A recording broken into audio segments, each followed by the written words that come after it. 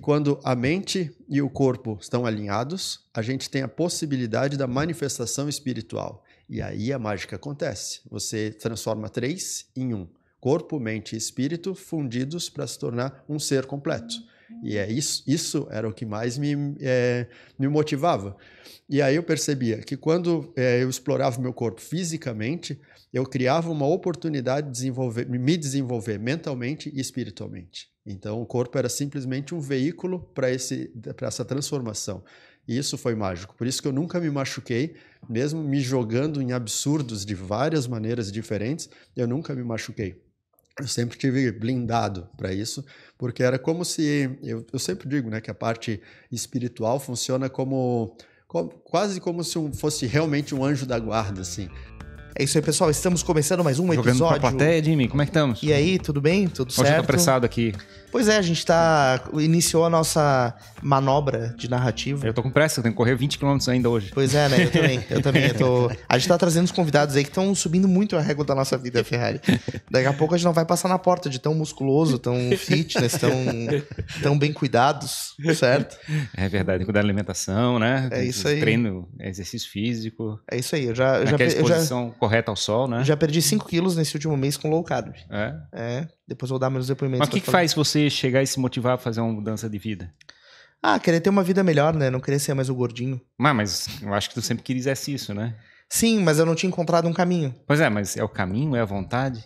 Vamos conversar sobre isso, cara. Vamos. É um caminho fácil é um caminho que tu consegue se motivar pra fazer aquilo.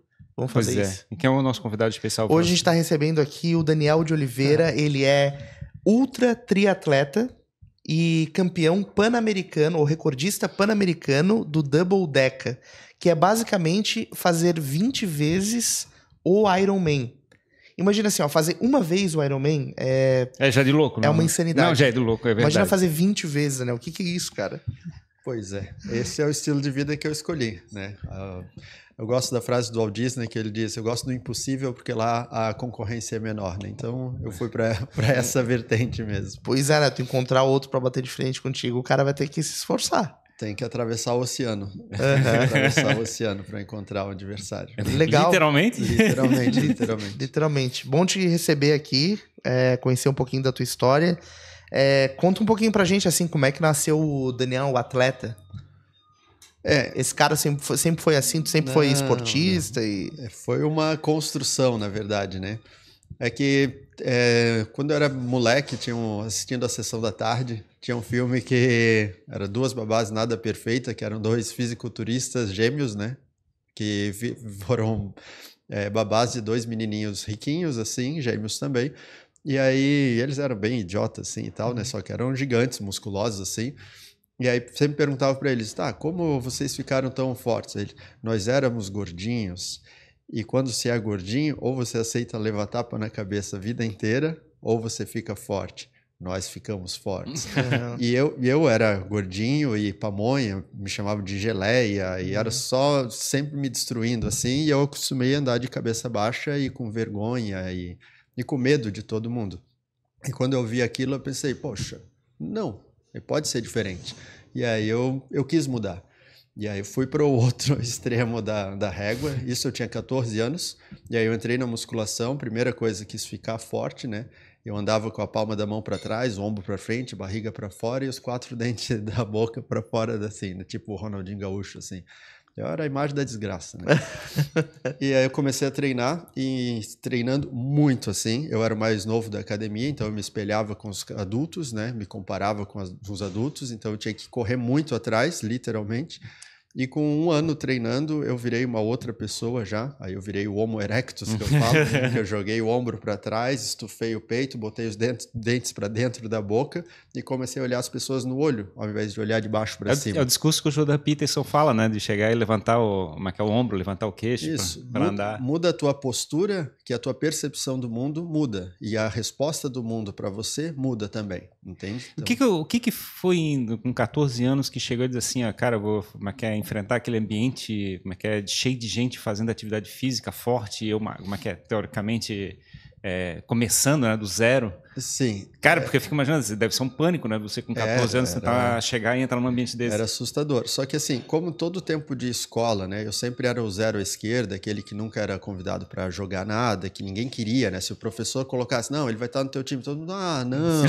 Sabe? Eu também era esse cara aí. Eu também era esse cara aí. Nessa pegada. E aí eu chegava a achar graça disso, sabe? Eu achava graça. Então, para esporte, eu pensei, não, isso não é para mim, né? Na época eu desenhava bastante, eu pensava, não, isso vou pro lado artístico e tal, né? E aí a gente se mudou de casa e tinha um vizinho lá, que ele tinha 18 anos, e ele começou, e era o único que me respeitava, assim, porque era gente boa, assim, porque eu nunca tinha feito nada, a gente pegava ônibus junto, assim, ele ia pro trabalho, eu ia pra escola, e aí eu encontrei ele num dia, a gente passava pelo meio do mato para ir no ponto de ônibus, assim, que era uma picada, né, para ir no ponto de ônibus, e eu encontrei ele num sábado, não lembro o que eu estava fazendo, e eu perguntei, você vai trabalhar hoje? Ele falou, não, estou começando na musculação. Aí, quer ir junto? Ele falou assim, do nada. Aí eu falei, quero. Aí eu fui em casa rapidão, acho que eu estava vindo da padaria, alguma coisa assim. Aí fui em casa, voltei, encontrei com ele. Tá vindo da padaria, assim. Normal. E aí fui para academia com ele. E aí nesse primeiro dia na academia, o professor fez vários testes comigo lá, né? O treinador, né? Vários testes. E aí ele falou assim, cara, você leva jeito.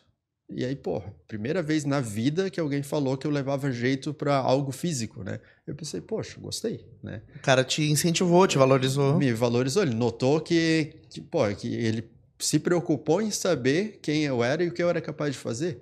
Aí eu achei bem legal. Isso era um sábado, aí domingo eu estava inválido, assim, não conseguia mexer os braços. Na segunda-feira eu fui para lá todo ferrado, assim, aí foi um treino péssimo, assim, né? E beleza, mas eu comecei a treinar todos os dias, de segunda a sábado, né? E cada vez gostando mais. E quanto mais forte eu ficava, mais eu queria explorar isso, né? E era só levantamento de peso. E na academia o treinador competia, levantamento de peso, powerlifting, né? Supino, agachamento e terra. E eu achava espetacular, era bem engraçado, porque ele não era um cara grande, assim, né? Hoje eu vejo, cara, lembrando, assim, ele era um cara pequeno, sabe? Eu lembro das medidas corporais dele, e eu lembro de eu olhando para ele com maravilhamento, assim, nossa, que massa. Era uma referência. E admirando, assim, o cara. Eu vi ele tirando 200 quilos do chão, assim, né? Nossa, que absurdo, né? E aí não passou, sei lá, 3 anos e eu estava fazendo tudo que ele fazia. Eu evolui muito rápido, muito rápido. Porque aí a minha mentalidade de sem limite já começou a se manifestar ali, né? E aí tudo que era físico eu queria fazer. E aquela sensação de se comparar sempre com os outros, você chegar e ver aquele monte de gente fazendo atividade, já fazendo um monte de peso, e aí você começando do zero, fala assim, será que eu chego um dia nisso? Sim, aí vem outro filme da Sessão da Tarde, eu assistia muito filme de Sessão da Tarde, que aí era um filme com o Anthony Hopkins e o Alec Baldwin, que aí eles ficam perdidos numa ilha e são caçados por um urso, e aí o Alec Baldwin se machuca e o Anthony Hopkins era velhão, assim, e tinha que ajudar o cara que era novo e forte, né? E aí ele ficava assim, você tem que manter o teu cérebro funcionando, né? Porque enquanto o teu cérebro estiver forte, o teu corpo vai aguentar. Se o teu cérebro enfraquecer, você vai aí sucumbir. E ele falou, aquilo que um homem faz, o outro também pode fazer. Repete comigo. E aí ele estava machucado e ele ficava falando, repete comigo, o que um homem faz, o outro pode fazer. O que um homem faz, o outro pode fazer. E, aquilo fez muito sentido para mim. Então, todo mundo que eu olhava, que tinha uma aptidão que eu não tinha, algo que me faltava, eu pensava, é isso que eu quero. E aí eu ia desenvolver, entende? Se o cara era mais forte, eu quero ser tão forte quanto ele. Se o cara corre, eu quero correr tanto quanto ele. E aí eu comecei a expandir. Se o cara é inteligente, eu quero conhecer tanto quanto ele. E comecei a estudar, e comecei... É que dependendo como é que a cabeça olha, interpreta aquela situação, ela pode chegar assim, eu nunca vou conseguir fazer aquilo, então de repente é melhor nem tentar. E ao mesmo tempo você pode chegar e olhar aquele negócio e falar, tipo, de repente é uma referência, eu posso chegar naquilo. Exato. Você pode escolher ser uma vítima ou ser o que você quiser. Eu sempre escolhi ser aquilo que eu queria. E nunca parou. Na verdade, quanto mais expandia, mais eu queria. E aí não tinha limite, não tinha um teto. Entende? Se eu fazia 1, eu queria fazer 2. Se eu fazia 2, eu queria fazer 4. E assim sucessivamente. E até eu descobri a corrida. Mas você não corria risco de chegar e essa energia toda de tentar ser competitivo com respeito às outras referências? Você chegar e se machucar, de tentar forçar a barra demais? Existe uma possibilidade, mas Assim, eu não comecei a treinar só o corpo, né? Eu comecei a treinar a mente e a percepção. Então, das coisas que eu comecei a estudar, tudo que me gerava alguma curiosidade, algum desconforto, puxava a minha atenção. E nessa época eu comecei a garimpar muitos livros, porque eu não queria ser só um bombadão lá e ignorante, né? Então, que precisava desenvolver intelectualmente, eu não queria ser igual... Tu já queria ser um super-humano. Existe uma galera falando de ser super-humano hoje em Sim, eu dia. queria ser o melhor que eu podia ser, em todos os aspectos, não um aspecto só, entende? E aí eu comecei a estudar tudo que eu ouvia falar e achava interessante. E aí quando eu tive o primeiro contato com cultura oriental, né, com o pessoal do yoga, o pessoal do budismo, eu comecei, aquilo ali começou a fazer muito sentido. E aí quando eu fui para essa parte da meditação e tal, comecei a ver cura pela mente, essas coisas assim, pensei, cara, que absurdo, mas olha que legal. E aí eu comecei a atentar para isso. E aí o que eu descobri já bem cedo ali, com 15, 16 anos, é que quando a mente e o corpo estão alinhados, a gente tem a possibilidade da manifestação espiritual. E aí a mágica acontece. Você transforma 3 em 1. Corpo, mente e espírito fundidos para se tornar um ser completo. E isso era o que mais me motivava. E aí eu percebia que quando eu explorava o meu corpo fisicamente, eu criava uma oportunidade de me desenvolver mentalmente e espiritualmente. Então o corpo era simplesmente um veículo para essa transformação. E isso foi mágico. Por isso que eu nunca me machuquei, mesmo me jogando em absurdos de várias maneiras diferentes, eu nunca me machuquei. Eu sempre tive blindado para isso, porque era como se... Eu sempre digo, né, que a parte espiritual funciona quase como se fosse realmente um anjo da guarda, assim, de eu ser protegido de acidentes, assim, de me mover de maneiras que a minha mente não conseguia entender. Em bike, por exemplo, eu desviar Teve caso de disso? obstáculo, Teve algum assim. caso de acidente, assim, que o fato da maneira como tu se comportou te salvou? Sim, muitas vezes. Por exemplo, pedalando na BR-101 à noite, no breu total, assim. Aonde aqui em Floripa? Um pedal saindo de Blumenau e indo até Porto Alegre, numa pegada só. Caramba, cara. E no breu total, assim, eu pensei, vou pedalar até ficar com sono, quando eu ficar com sono eu paro. E o sono não veio. E aí chegou num ponto que só tinha eu, né, na estrada, não tinha carro, não tinha nada, um breu total, assim. E eu ali pedalando, sem enxergar, eu ficava só vendo a faixinha branca do asfalto com a visão periférica. E então não tinha lanterninha na bike, não, farolzinho? Não, sem nada, totalmente inconsequente, assim. Mas não foi proposital, foi realmente porque tu não tinha Não, porque eu achei que quando ficar ruim eu paro para descansar. Entendi. Quando eu tivesse perigo, alguma coisa, eu parava. E nunca senti o perigo. E aí, em algum momento, eu salto com a bike, assim, sem pensar. Eu saltei com as 2 rodas da bike, como se tivesse de BMX, né? Uhum. Saltei, aí eu parei, freiei assim, cara, o que aconteceu? Aí eu fui olhar, tinha um gato morto no acostamento, todo estufado assim, e eu saltei sem ver o gato, eu saltei ele sem precisar ver. Tipo, totalmente intuitivo. Entende? E aí, isso é o que eu falo que é o sexto sentido, né? Intuição. Tu tava tão conectado com aquilo que tu tava fazendo. Sim, e que se eu dependesse do meu olho para ver e aí reagir, não ia dar tempo de eu me mover desse jeito, entende? E isso é um negócio espetacular. Quanto tempo leva uma viagem dessa de Blumenau a Porto Alegre de bike? Essa daí eu levei 21 horas e 52 minutos. 21 horas. Direto. Sem parar? Sem parar. Parei assim para comprar comida no meio, assim, parada de 5 minutos, 10 minutos. Só é tempo de entrar numa conveniência. Uhum. Mas não era um descanso, não, sem dormir, sem nada. E aí, tipo, isso mudou a minha percepção sobre espaço e tempo, né? Porque eu não fiquei dolorido, eu não fiquei cansado, eu não fiquei com sono, eu não senti nada que deveria ser compulsório desse tipo de atividade. E aí foi daí que eu quis fazer o meu primeiro ultra triatlon. Porque, foi 600 quilômetros, né? Direto. Mas tu se preparou muito para fazer essa viagem? Não, como é que foi? Eu não pedalava. A última vez que eu tinha pedalado tinha sido em abril. E eu tinha feito um pedal de 270 quilômetros. E aí, depois desse pedal de 270, eu não pedalei mais até dezembro. E aí, em dezembro, vou pedalar. Aí peguei a bicicleta e saí. E aí saí embaixo de uma chuvarada ainda, fui pedalando. Até Paulo Lopes, embaixo de chuva pesada. E quando parou a chuva já estava começando a escurecer, então sempre foi no sistema de alerta, assim, não foi relaxado, não tem de momento nenhum relaxado, era sempre sem usar a parte racional lógica. Isso foi o mais louco, assim. Isso era um negócio, eu fazia isso, Eu contava assim, as pessoas, não, tá inventando histórias, isso aí não dá para fazer. Um monte de gente falava assim, sabe? Rapaz, o cara de abril até dezembro vai pedalar 600, deu 28,5 de média, entende? É um pedal bom, assim, não é nível competitivo, para essa distância é bem competitivo, né? Mas... 28 km por hora. 28,5 de velocidade média, entende? Em 21 horas pedalando, é bem bom, é bem bom. E tu não se preparou para... Mas claro, tu já tinha um condicionamento físico, tu já vinha corria, nessa época eu corria bastante, assim, né? Eu corria, era normal, assim, fazer corrida de 30 quilômetros sem parar e correndo rápido, assim, sabe? Mas não o específico do pedal, nada que justificasse isso, entende? Fazia corridas de 24 horas, assim, a cada 3 meses, né? Porque aí virava sem dormir, né? Mas... E como é que tu voltou de Porto Alegre? Aí de carro. De carro. De carro. Eu queria que tu falasse um pouquinho mais essa história de alinhamento corpo mente e o espírito se manifesta. É que, assim, por exemplo, você vai fazer alguma coisa, qualquer pessoa vai fazer algum desafio físico. Pega um cara sedentário e aí ele, vou correr 10 quilômetros. O cara vai sair para correr 10 quilômetros, ele sai entusiasmado, e aí quando chega ali nos 5, ele começa a duvidar se... 5? Ele sedentário não vai chegar no quilômetro. Não, vamos supor que seja assim, um desafio assim, para ele. Assim. Aí ele vai usar tudo que tem. E quando ele chegar ali nos 5, ele vai começar a duvidar de si mesmo, as dores vão aparecer e ele vai fazer força para suportar o caminho de volta. 5 para lá e 5 para cá.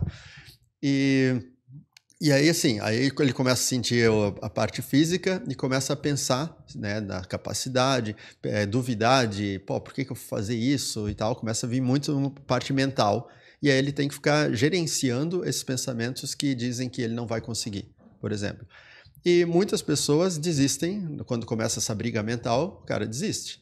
E aí a parte mental vai dizer, meu corpo não estava preparado. Mas isso não é verdade. Quem não estava preparado era a parte mental. E a mágica suprema acontece quando você consegue, a tua parte mental leva o teu corpo até um limite físico, onde você já tem ruptura de fibras musculares em praticamente todas as partes do teu corpo. Seria a falha na musculação, assim. Isso. Quando você puxou para cima e está indo para baixo, por exemplo. Essa seria a fadiga, né? Isso fisicamente é real, então é uma falha física. E ainda assim a mente consegue, não, você pode mais. E aí você insiste. E aí, quando você insiste muito, normalmente nisso você já está virando a noite já sem dormir, por exemplo, e aí você começa a ter uma fadiga mental. E aí nessa fadiga mental você tem dificuldade cognitiva, dificuldade de saber quem é você, qual é o teu nome, de onde você vem, o que você está fazendo aqui. Você não consegue responder perguntas básicas assim, começa a beirar a loucura. Você não sabe se está dormindo ou se está acordado. E ainda assim você vai para frente, você continua indo para frente. E aí nesse momento que parece assim, vai colapsar, nesse momento há uma manifestação espiritual. Quando o corpo físico e a mente colapsam, quem vai te salvar para te manter em pé é a tua espiritualidade. Mas eu não acredito nisso. Não precisa acreditar. Por exemplo, a gente pega uma pessoa que passou por uma situação de emergência, sei lá, o cara ficou preso lá no Everest, teve que cortar o próprio braço, ou tem filmes disso, inclusive. O cara, ele é levado exatamente numa situação dessa, Isso. Né? E essa que é a minha provocação sempre, é essa. No meio do ultra triatlon, eu tenho várias histórias assim de pessoas, o cara teve um acidente de carro, traumatismo craniano, fratura múltipla no corpo, ficou em coma, e aí ele ouviu o médico dizendo, esse cara não levanta mais. E aí o cara ouvia isso, não, levanto. E aí o cara busca uma força mental que desengatilha o espiritual e o cara acorda contra todos os prognósticos, o cara acorda. Que bizarro. E aí o outro cara teve câncer, 5% de chance de sobreviver e o cara sobrevive. Aí, o cara vira ultra triatleta. Porque aí o cara foi lá na beira do precipício, não é assim que a minha vida termina. Ele volta e quer fazer algo extraordinário. Várias histórias assim. E eu, quando conheci esses caras, pensava, mas eu não tenho nada assim, nada tão impactante. E aí me veio um insight, que primeiro eu me sentia menos do que os caras, porque eu não fui levado à beira da morte, né? E aí depois eu pensei, cara, mas eu não preciso esperar dar errado para fazer dar certo. Essa é a grande provocação. E quando a gente se coloca voluntariamente diante de um desafio extremo, de um desafio beirando o impossível, você está criando a possibilidade de você se transformar em algo que você não conseguia imaginar. Tem uma frase que eu gosto muito que é: você nunca sabe o quanto é forte até que ser forte seja a tua única opção. Muitas pessoas esperam chegar a ter um acidente ou ter uma doença para manifestarem o melhor que elas podem ser. Estás puxando uma referência do modelo mental que o pessoal levanta do estoicismo, né? De chegar, que eles falam da memento mori, né? De chegar e lembrar que você morre. Sim. E que você tem que aproveitar a vida e como é que é ter esse potencial, né? De chegar e verificar que, como é que é, apesar de todas as limitações, você tem todo um potencial para ser construído e o teu estado mental determina isso. Sim, e que se você não provocar isso de alguma forma, principalmente você criar o problema, você vai ficar esperando a vida toda que uma oportunidade surja para você. Mas você pode criar essa oportunidade ao olhar para cada problema, cada dificuldade que foi apresentada para você, transformando dificuldade em oportunidade de crescimento.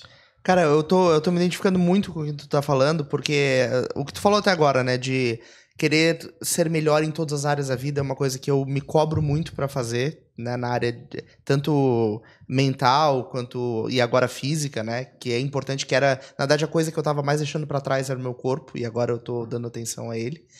E eu gosto de estudar trajetórias de pessoas de sucesso, assim, de ler sobre, entender, né, como aquela pessoa construiu aquilo que ela construiu. E eu comecei a notar uma coisa e pensei uns tempos atrás, falei assim, cara, a maior parte desses caras tem uma desgraça na vida. Ou o cara perdeu a esposa, ou o cara foi órfão desde criança, ou, enfim, aconteceu alguma coisa que ele parece que tira força desse fato, dessa desgraça, para construir um império, um negócio gigantesco, algo muito impactante. E aí eu comecei a pensar, pô, será que eu tenho que ter alguma coisa na minha vida, uma dor muito grande para encontrar forças para fazer coisas muito extraordinárias?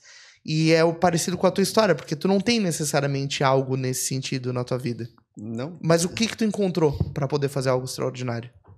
Eu simplesmente não me conformei, que assim, eu estudo muito a vertente da psicanálise do William Reich, né, do Alexander Lowen, e tem uma coisa que eles falam que é a célula do perdedor, né, que pelo teu histórico familiar, pelo teu círculo de convivência, você ter sido construído para falhar.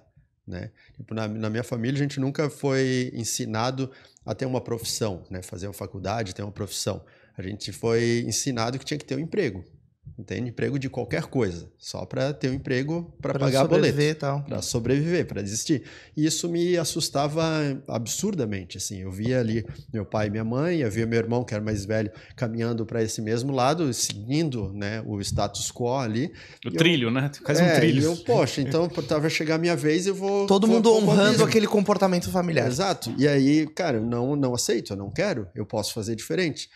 E tudo que era assim, que me agredia de alguma forma, acabava me estimulando a não aceitar, entende? Eu sempre fui inconformado. Se você dizia que isto é, eu já assim, por que isso é? Eu já queria saber o porquê. E aí eu nunca aceitava alguma coisa simplesmente porque alguém impôs aquilo ali para mim. E só que durante a boa parte da infância, isso era até engraçado, né? Eu ria da minha própria mediocridade. E aí depois, quando eu entrei ali no início da adolescência, isso começou a me incomodar muito, assim. Eu não queria ser, minha mãe falava, se chacota dos outros, entende? Eu não queria isso. E aí eu precisei arregaçar as mangas para ir lá e me impor. E isso é bem engraçado, assim, porque durante muito tempo era assim, né? As pessoas apontavam o dedo e riam da minha cara deliberadamente. E hoje, tipo, quando as pessoas, principalmente assim, quem sabe quem eu sou, tipo, não importa o que eu fale, quando eu falar, a pessoa vai ficar quieta e vai ouvir. Sim. Entende? Tipo, foi para outro extremo. Porque tudo que eu fiz é muito incontestável. Apesar de parecer absurdo, é muito incontestável, né? E aí, assim, quem é que vai desafiar? Entende? E tanto que, cara, eu vou para todos os lugares e assim, cara, eu quero que alguém me desafie. Eu quero, porque eu falo o tempo todo assim, eu não quero ser o melhor. Eu quero que alguém venha para preencher o meu espaço. Entende? Que alguém venha, porque eu não vou durar para sempre. E eu preciso que alguém venha, que alguém continue a história, continue falando, né? E tanto que agora a gente criou aqui o Brasil Ultra Tri, que é trazendo as provas que eu viajei o mundo todo para fazer. A gente trouxe uma etapa da Copa do Mundo para o Brasil, para permitir que os brasileiros façam, que os brasileiros experimentem o que eu fui lá para fora experimentar. Faz Copa? Copa do Mundo de Ultra Triatlon. Existe uma Copa do Mundo que acontecia em 7 países, agora está em 5 países, e o Brasil é um desses países agora, graças ao Daniel e a Jéssica. E a gente trouxe esse ano 15 países para cá, para fazer a distância de 10 Ironman contínuos. entende? E Como é que é feito onde isso? no Rio de Janeiro, em Búzios, né, num lugar paradisíaco lá. Na verdade, agora a gente tem os planos de trazer de repente, para Florianópolis, a gente vai garimpar um lugar aqui para trazer para cá, né? Porque, pô, que nem hoje a gente vindo aqui, esse dia espetacular. Hoje, depois de 2 dias de chuva forte... Aí fica, imagina os gringos vindo para cá, eles vão achar, pô, isso aqui é melhor que Miami, cara. Não, ruim, é capaz de querer morar aqui, é ruim. Pois é. E isso para mim é extremamente gratificante, porque assim, pô, eu tinha que ir lá sozinho, ir lá para fora, dar a cara a tapa e passar perrengue lá, gastando em dólar, gastando em euro, e agora, pô, poder fazer os caras vir para cá e me pagar em dólar, me pagar em euro, olha como o jogo virou. Entende? E o Ironman é muito disputado, assim, né? O pessoal faz uma inscrição, diz que no mesmo dia que lançam, o pessoal pega tudo e vão fazer, que teoricamente é uma coisa talvez mais normal, assim, digamos, um esportista de amador para profissional pode trabalhar nesse lado. Decatleta, como é que chama? Que faz essa atividade de 10 vezes o Ironman, ele 20 vezes? Um amador consegue, sim, se prepara para isso? É que, assim, o requisito básico, né, para fazer um ultra triatlon é ter feito pelo menos um Ironman nos últimos 2 anos. Esse que é o requisito para poder participar, né? Mas a verdade é que existem pouquíssimas pessoas no mundo que são capazes de fazer essas distâncias tão grandes, né? Como é que tu fez o primeiro Ironman, assim? Vamos construir essa história, como é que tu chegou no Double Decker? Assim, o triatlon em si, eu desde moleque, assim, lá com 13 anos, se eu não me engano, eu tinha quando eu vi no Esporte Espetacular a primeira prova de triatlon, assim, que era os Jogos de Verão e no Rio de Janeiro, e aí tinha uma prova que era Fast Triathlon, né, que é um triatlon que nem é oficial, assim, eles faziam só para promover as marcas e tal, que eram 3 baterias e tal, um triatlon extremamente curto, né? Mas a prova era linda de ver, assim. E eu nunca tinha visto aquelas pessoas daquele jeito, com aquela roupa. E, pô, o cara nadando rápido, saindo, subindo na bicicleta com pressa ali, depois saindo para correr. E eu, pô, que legal isso, cara. Não fazia ideia que isso existia e tal. E aquilo ali... Só que, assim, era muito fora da minha realidade, que a gente era muito pobre, né, cara? Tipo, não precisava nem ter uma bicicleta, que direto ter um clube para poder nadar. Então, era muito fora, assim. Eu olhava como se estivesse vendo um filme. Mas sempre com aquela vontade de fazer. Aí depois eu fui quando tinha 18 anos, aí eu fui pro exército. Aí quando eu saí do exército, eu virei hippie, deixei o cabelo crescer, fui morar em Bombinhas, vender artesanato. Uhum. E porque eu não queria a ideia Culpa do exército, não? Foi meio que o oposto, né? extremo. Tipo, se rebelou contra o exército. Meio isso, assim, meio isso. E aí quando tava lá, né, na vida de hippie, assim, falando sobre felicidade, liberdade e amor, assim. Olha aqui, comandante, que eu me tornei. Aí vinham pessoas ali e vinham perguntar, né? O que eu preciso para ser feliz? Como é viver uma vida totalmente livre? Vinha assim, como se a gente fosse mestres gurus, assim, que era extremamente irritante para mim isso, né? E aí, numa das minhas pregações, assim, né? Eu falando lá sobre felicidade, e aí vem um cara assim e falou, é muito fácil para vocês falar sobre isso, vivendo aqui, morando na rua, não tendo compromisso com nada, falar sobre isso é muito fácil. Eu queria ver vocês na cidade, pagando boleto, tendo rotina, com a pressão, o estresse, como é que vocês iam gerenciar isso? Eu olhei para o cara, aceito o desafio. Aí um mês depois eu voltei para Blumenau, aí arrumei um emprego de verdureiro no Angelone. Aí virou um cara estressado. Aluguei uma kitnet, que era 1 quilômetro do Angelone. E aí, uns 2, 3 meses depois, fiz o vestibular para educação física. E assim, pô, mas ainda desse jeito, provavelmente eu não vou sobreviver. Eu preciso ter algo mais. Aí, pô, eu sempre quis treinar triatlo. Eu já tinha uma bicicleta aí. Uma bicicleta de R$150, da Caloi, daquelas de ferro antigona. Barra circular. Assim. Não, aquelas Caloi mesmo, era bike de ciclismo, mas aquela do Opa, assim, que trocava aqui, né? De ferro mesmo, R$150. Caloi 10, não era uma Caloi 10. Então, meu pai tem uma Caloi 10. Hoje é vintage, hoje vale uma fortuna. Eu guardo, eu sou responsável por guardar ela, mas ela tá lá abandonadinha. É valiosa, deve valer mais de 10 pila uma bike dessa hoje. Sério? É mesmo? Se estiver arrumadinha, bonitinha, sem ferrugem, uns 10 pila. Caramba, cara. Na época, R$150, qualquer oficina ali de bairro, tu comprava uma dessa, assim. Aquela que é o freio aqui assim, e daí tu pode apoiar aqui. Nossa, eu usava direto ela. Tinha uma dessa também. Pesava 15 quilos aquela bicicleta. Hoje as bikes pesam 6, 7. E tinha um pneu fininho assim. Sim, o pneu é um dedo mindinho.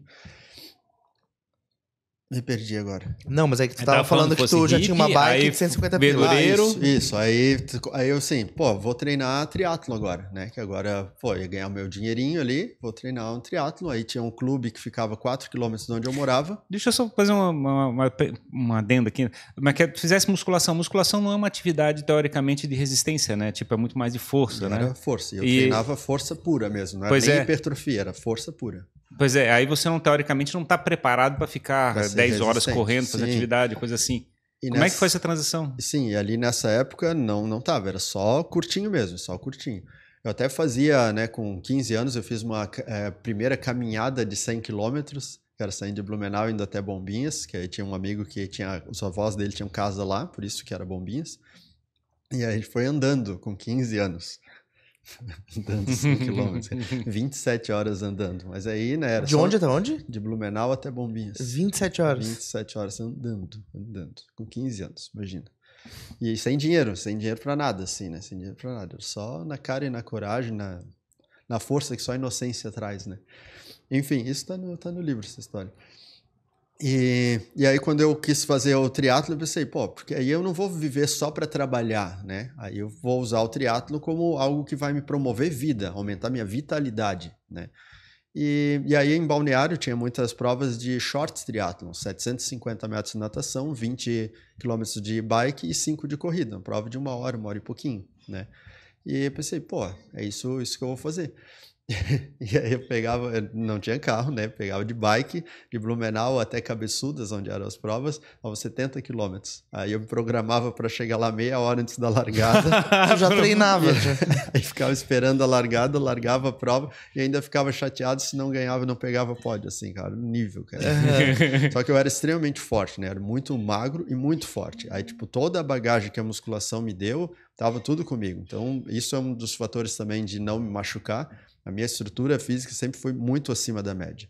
Eu botava 150 quilos no supino, agachava com 200. Era cavalo. Uhum. Os caras, para ser mais forte que eu, eles tinham que pesar 30 quilos a mais do que eu para comparar a força, assim, sabe? Era bem forte.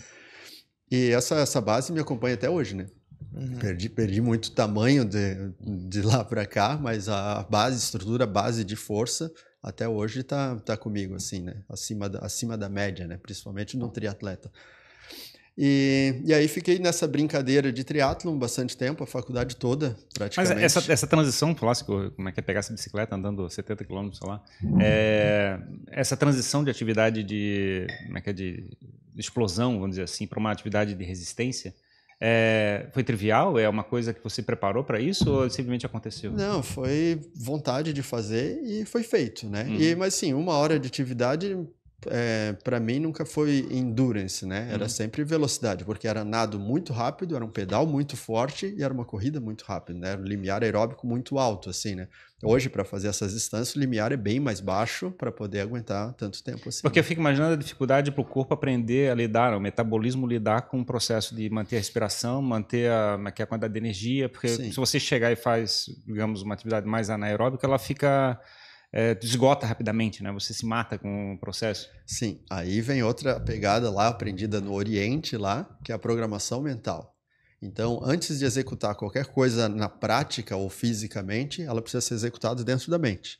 Então, quando você consegue desenhar dentro da tua mente, você ganhou a possibilidade de executar ela praticamente. E aí, com isso, parte dos milagres que eu já operei era por conta desse tipo de programação. De eu programar algo com a mente de uma maneira tão forte, tão sólida, que a resposta fisiológica era, às vezes, oposta àquilo que se esperava. Entende? Por exemplo, de chegar a ponto de eu poder aumentar minha velocidade correndo e a minha frequência cardíaca baixar ao invés de aumentar.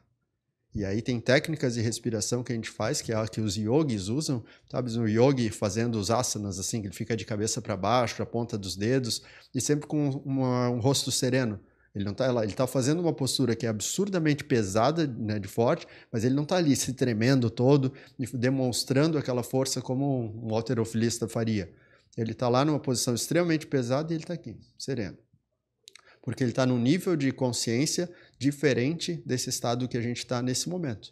E eu comecei a aplicar isso para a corrida, para o pedal, Então, quando eu faço uma técnica respiratória e eu entro no estado de presença plena, a minha resposta fisiológica ela muda. Então, eu tenho um desempenho de força maior com uma resposta fisiológica menor. E aí, o que eu falo, que assim, até hoje eu não tenho excelência nisso, porque eu não consigo ficar nesse estado o tempo que eu quiser. Então, acontece igual a internet, assim. Você tá lá, tá conectado, aí de repente você cai, aí quando você cai, dói tudo, você fica com medo e fica pensando um monte de bobagem, aí peraí, vamos voltar. Aí você faz a sequência respiratória de novo, puf, conectou, e aí você vai, e aí cai, volta e fica fazendo isso, entende? Nessas provas de ultra distância, entra e sai nesse estado várias vezes até terminar. Como é que é? Desespero, calma, desespero, calma. Porque sempre que você vem para a mente racional, que você abandona o espírito, por exemplo, você começa a ter fome, ter medo, ter sono, ter dor, reclamar das coisas. Você saiu, você desconectou mesmo, você fica frágil mentalmente, né? E quando você faz a conexão, você não se incomoda com nada. Essa conexão tu aprendeu na yoga? Com yoga fundida com a psicanálise, né? Entendi. E aí tem uma técnica da psicanálise, né, que da vertente do Wilhelm Reich, não do Freud, que tipo, não curto Freud, curto Reich, que é bioenergética, que é essa conexão. É como se fosse pegar essa energia que está aqui, ó, essa energia invisível, e você poder se alimentar dela. Basicamente isso. E quando você faz isso, que é a conexão, então você muda a tua frequência de percepção da realidade. E quando muda a tua percepção da realidade, você muda a tua resposta à realidade. E a resposta física muda. E esse é o pulo do gato, entende? Isso é o mais legal. E aí eu tenho várias histórias do ultra triatlo, onde eu precisei usar isso para sobreviver à prova, assim, né? E aí das pessoas virem para mim e dizer assim, não dá para fazer o que você fez. Aí isso é gostoso de ouvir, porque não dá para fazer o que você deseja. Não dá para fazer o que você fez. Tá, mas se eu já fiz, como que não dá? Dizer, eu não posso explicar. Pois é. Aí que tá. Esse é o ponto. Esse é o ponto. Eu tô aqui com o livro na mão, Destruindo o Impossível. Uma história de liberdade, felicidade e amor. Ó, pro pessoal ver aí, Dudu vai dar uma fusão do tempo do hippie ali, né? De felicidade e liberdade. Pois é, né? Tem um pouco a ver aqui. É da capa? Na capa tem isso. Eu imagino, Daniel, que tu tenha construído uma técnica para construir hábitos, digamos assim, na tua vida. Porque esse jogo que tu começou a jogar sempre foi de longo prazo, assim, uma coisa que não acontece de uma hora para outra. Que hábitos que tu mantém hoje ou que tu gostaria de trazer para tua vida? Cara, como tu constrói eles? Acho que a principal coisa é chamar as coisas pelo nome certo, assim, sabe? Entender que dificuldade não é sinônimo de sofrimento e que prazer não é sinônimo de felicidade, entende? Existe uma confusão na sociedade das pessoas. E aí, por exemplo, é bem comum assim, vou fazer um Ironman, fazer um Ironman tem que sofrer, né, cara? Se não sofrer, não tá fazendo Ironman. E eu falo que, tipo, isso é absurdo. Entende? Como é que é a frase felicidade? Felicidade não é sinônimo de prazer e dificuldade não é sinônimo de sofrimento. As pessoas chamam dificuldade e sofrimento como se fosse a mesma coisa. E para mim, você nunca deve sofrer. Se você está sofrendo, tem alguma coisa errada. Entende? Mas olha o que você passou. Sim, passei muita dificuldade. Entende? Mas eu não sofri. Sofrer é sempre quando você nega aquilo que é compulsório do que você está fazendo. É que, na realidade, é um lado... É o físico e a cabeça, de certa forma, né? A diferença entre o lado. Você tem uma dificuldade, é uma dificuldade física, é uma coisa que você tem que fazer. E o lado do sofrimento é uma escolha que você faz no teu cérebro para sofrer aquilo, né? Negar aquilo que está sendo oferecido para você vai gerar sofrimento, sempre. Por exemplo, você vai correr. Você vai ficar suado, você vai ficar ofegante, você vai sentir algum tipo de dor ou desconforto. Você negar isso vai te gerar sofrimento. Mas se você entende que esses sintomas são inerentes daquilo que você escolheu fazer, que vai te dar o ganho que você tanto deseja, então você não vai contra isso, você vai a favor disso. Então você vai começar a gostar de estar suado, você vai começar a gostar das dores que a corrida proporciona, você vai ficar feliz quando você fica ofegante, porque quanto mais ofegante você ficar e você puder suportar isso, você está indo mais na direção da melhoria da tua capacidade aeróbica, por exemplo, entende? Então, você vai ter o resultado que você quer. Pois é, mas cai na questão da escolha de como é que você interpreta as coisas que estão acontecendo na tua vida. Sim, sim. Direto, assim, tipo tudo, assim, você chega assim, tudo. Eu tô pensando de forma errada sobre a respeito desse negócio, mas que essa dificuldade, na realidade, vai me levar para uma outra situação, e não exatamente eu devo curtir isso como sendo uma coisa ruim. Exato. Lembra, dificuldade é uma oportunidade de crescimento, de melhoria. Igual na musculação, por exemplo. Por que fala sem dor, sem ganho? Né? Porque quando você faz uma musculação, você bota um peso contra o teu músculo, aumenta a resistência, você rompe as fibras musculares. Se você não romper a fibra muscular, o músculo não vai se regenerar mais forte do que ele era. Né? Então você está desperdiçando aquele tempo de treinamento. Então quanto mais você é capaz de suportar as dores, ou seja, quanto mais ruptura de fibra muscular você puder causar, melhor o resultado que você vai ter. Por isso você começa a dizer, essa é a dor boa. Entende? Sempre for dor muscular é a dor boa, né? No exercício físico a gente sempre fala isso. E as dores articulares são as dores ruins, né? Ninguém dá. Doeu músculo, segue em frente. Doeu articulação, segura e entende por que está doendo isso. Sim. Entende o que aconteceu. Mas enfim, tu tava falando da construção de hábitos, assim, que hábitos que tu... De estar consciente é o que eu chamo de estado de lucidez. De você estar verdadeiramente acordado todos os momentos para poder identificar o que você faz hoje que te leva para onde você deseja e o que você faz hoje que te afasta daquilo que você deseja. Negar a dor, por exemplo, do exercício físico, te afasta daquilo que você deseja. O hippie pensa dessa maneira? O que o hippie pensa? Não, o hippie só quer o prazer e o relaxamento. Ele é contrário exatamente disso. E aí, ele faz escolhas, sempre as escolhas mais fáceis, assim, no teu entendimento? Sem desafio, né? Porque é o no stress, né? No stress.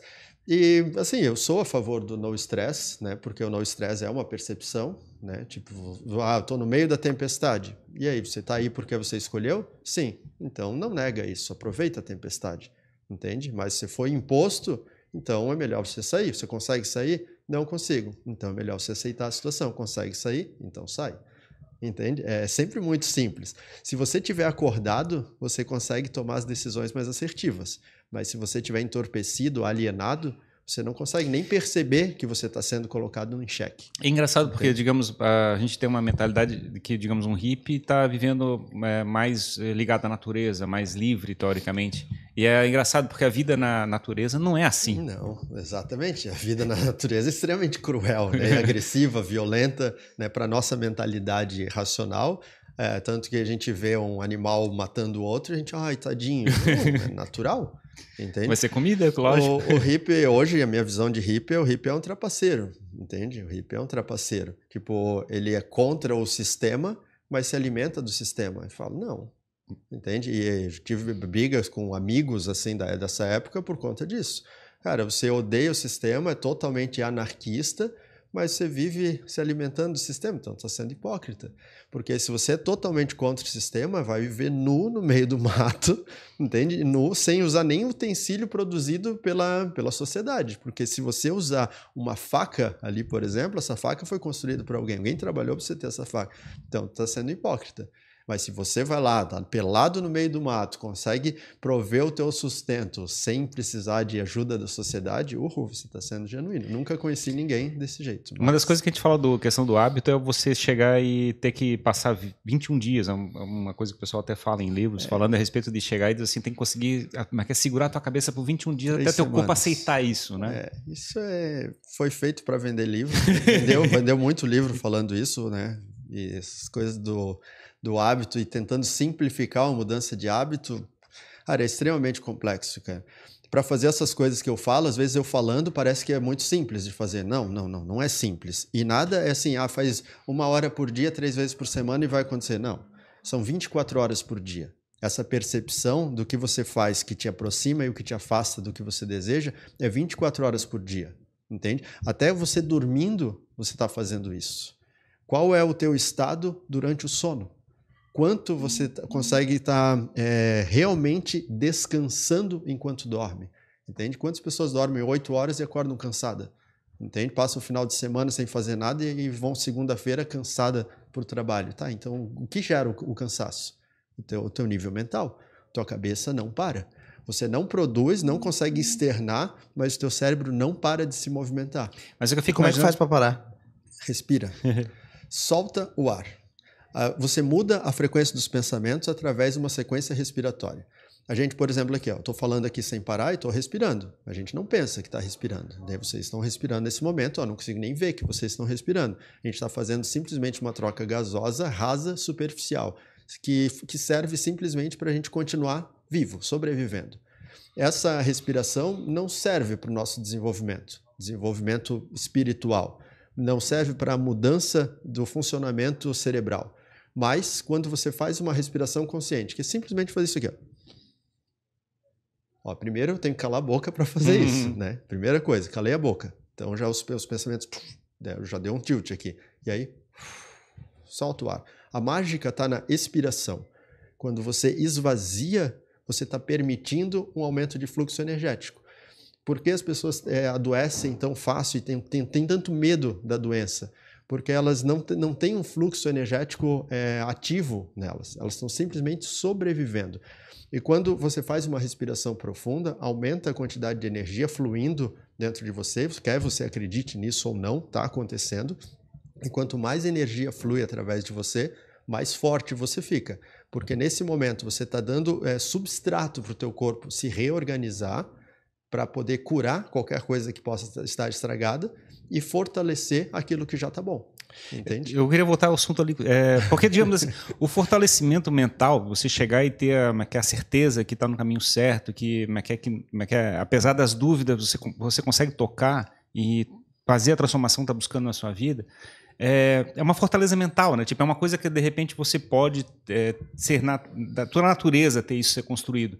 Mas eu fico imaginando um bocado de gente que a gente conversa, coisa parecida. Eu comecei a fazer musculação, tipo assim, a semana seguinte eu já desisti, eu não vou começar de novo. Tipo, agora eu tô com vergonha de vou lá porque eu já faltei uma semana. Eu fico pensando nessa dificuldade das pessoas de chegar a desenvolver essa fortaleza mental para poder fazer a transformação que estão buscando. Sim, são duas coisas, né? Por exemplo, para você, por que você vai fazer uma musculação? Você tem que saber o que você está indo buscar. Eu quero uma mudança física. Por quê? Entende? Como você perguntou para ele no início, por que você quis perder peso? Porque eu queria uma qualidade de vida melhor. Tá, mas antes você não queria uma qualidade de vida melhor? É engraçado. Quando você começa a se aprofundar nas perguntas, o negócio vai ficando mais complexo e aí você percebe o quanto você está fugindo da verdade. Por exemplo, aquela menina que eu falei que tinha 132 quilos e foi fazer o Ironman, primeira coisa, tá, por que você quer emagrecer? Porque eu quero viver melhor. Tá, mas o que você acredita que vai mudar na tua vida se você for 50 quilos mais leve? Eu vou ficar mais satisfeita comigo mesmo. Mas por quê? O que você acredita que vai mudar? Porque pode não mudar nada. Você pode estar com uma imagem física diferente, as pessoas vão te olhar diferente, mas na tua vida, entende? Se você não entender que uma mudança física, ela exige uma mudança mental, uma mudança espiritual, você vai estar trabalhando a periferia sem trabalhar o centro. Não é uma mudança sólida. Por que as pessoas mudam? É muito comum assim, o cara perdeu tantos quilos e depois de tanto tempo o cara recuperou, até ganhou mais, entende? Porque a mudança não foi real, foi uma mudança periférica. Se não mudar o centro, a periferia ela vai e volta, e ela fica trabalhando desse jeito, entende? Então, assim, primeira coisa, fica parado, fica em silêncio, respira. Responde para si mesmo, quem é você e por que você está aqui? Qual é o sentido da tua existência? Daí o Mário Sérgio Cortella ele faz a pergunta, se você não existisse, que falta você faria? Esse tipo de questionamento, que é extremamente desconfortável fazer, é totalmente essencial para quem busca uma melhoria de vida. Porque se você não entende a relevância da tua existência, a relevância das coisas que você faz, a vida que você escolheu, entender se a vida que você escolheu hoje, que você vive hoje, foi escolhida por você ou foi imposta de determinada forma para você. Se você não faz esse tipo de questionamento, você está no Ctrl+C, Ctrl+V, e aí você se dá conta, você está com 80 anos e como é que eu vim parar aqui? Porque você não estava consciente, você não estava acordado, tomando as atitudes diariamente, entende? E aí, assim, para que haja essa transformação, você precisa saber o que eu quero, o que eu realmente quero. Eu quero o quê? Eu quero um trabalho melhor, eu quero ganhar mais dinheiro, eu quero conquistar um parceiro, uma parceira para viver do meu lado, eu quero morar em outro lugar. O que você realmente quer? Para que você existe? Entende? Talvez a grande dúvida que muitas pessoas têm é exatamente essas, tipo assim, eu não sei o que eu quero. Sim, sim. É um problema mais sério ainda. Porque nunca foram questionadas e nunca se questionaram sobre isso. Entende? Ninguém nunca, na escola, por exemplo, ninguém nunca perguntou assim para a pessoa, tá, para quê? Mas é muito difícil determinar o que a gente quer, né? Sim. Eu tenho sim. conversas muda intermináveis com o Dudu, às vezes a gente senta e fica trocando ideias aleatórias, e daí a gente... Tá, mas a gente não sabe o que a gente quer, né? A gente sempre chega nesse ponto. Mas o que você quer? Não sabemos. É que assim, muda ao longo da vida, né? Igual a frase, o mesmo homem não atravessa o mesmo rio 2 vezes. O homem já não vai ser o mesmo e o rio tampouco vai ser o mesmo, né? Então, aquilo que hoje para você faz muito sentido, igual para mim, um momento da vida, ser militar fazia muito sentido para mim. Em outro momento, bem próximo, ser hippie fazia muito sentido. Em outro momento, ser hippie era uma estupidez, entende? E você vai passando por várias vertentes diferentes para que você encontre aquilo que mais faz sentido para você. Quantas vezes você já morreu ao longo da tua vida? Quantas mentalidades você teve que enterrar para poder se tornar aquilo que você é hoje? Eu falo no livro sobre quando a gente enfrenta desafios realmente difíceis e escolhidos, você passa por isso, né? Chega um momento ali que, não vai dar, não dá mais, não consigo me mover daqui. E aí você volta no tempo. E aí você lembra de todas as vezes que a vida tentou esfregar a tua cara no chão e ia ter te deixado lá se você não tivesse encontrado um motivo para levantar. E aí quando você lembra de todas as vezes que isso aconteceu na tua vida e lembra automaticamente de todas as vezes que você encontrou um motivo para levantar e condensa essa força naquele momento específico, bum, a mágica acontece. E você manifesta uma capacidade, um potencial físico, intelecto, espiritual que nunca tinha sido manifestado. E as pessoas olham assim, cara, o cara estava morto e agora olha como ele está. Entende? Eles olham desse jeito, sabe? É louco isso, né, Daniel? Porque assim, se tu for ver, a vida, ela é... Se a gente olhar a vida pelo que a gente faz no dia a dia, é muito inútil, assim. Tu levantar, ir pro trabalho, voltar, come, leva filho em colégio, não sei o quê... aí final de semana descansa. Assim, tu começa a olhar de fora, às vezes eu entro nessa pira assim de beleza, olhar a vida de fora, daí eu vejo a manada de pessoas atravessando a ponte de manhã, a manada de pessoas atravessando a ponte no final da tarde. Sem saber por que estão fazendo. E aí tu olha isso e fala assim, cara, tá todo mundo perdendo tempo nesse negócio, a gente tá num formigueiro com uma pessoa controlando a nossa vida. E é louco tu lidar com isso, porque tu também ao mesmo tempo não consegue encontrar uma razão pela qual tu executa aquelas atividades inúteis, sem sentido, sabe? E aí que tá o ponto. O que poderia ser feito para que fosse diferente? Entende? O que um indivíduo é capaz de fazer que possa fazer a diferença para um contexto geral? Quando você entende que nenhum indivíduo está isolado, que nada no universo é capaz de estar isolado, verdadeiramente isolado, e entende que, por exemplo, cada indivíduo faz parte do outro indivíduo, então o espírito de compaixão, de empatia, fica cada vez mais forte. O entendimento da dor do outro, do sofrimento do outro, das aspirações do outro, fica cada vez mais forte. E aí, automaticamente, quando você... Eu falo sempre assim, a responsabilidade do esclarecido é iluminar.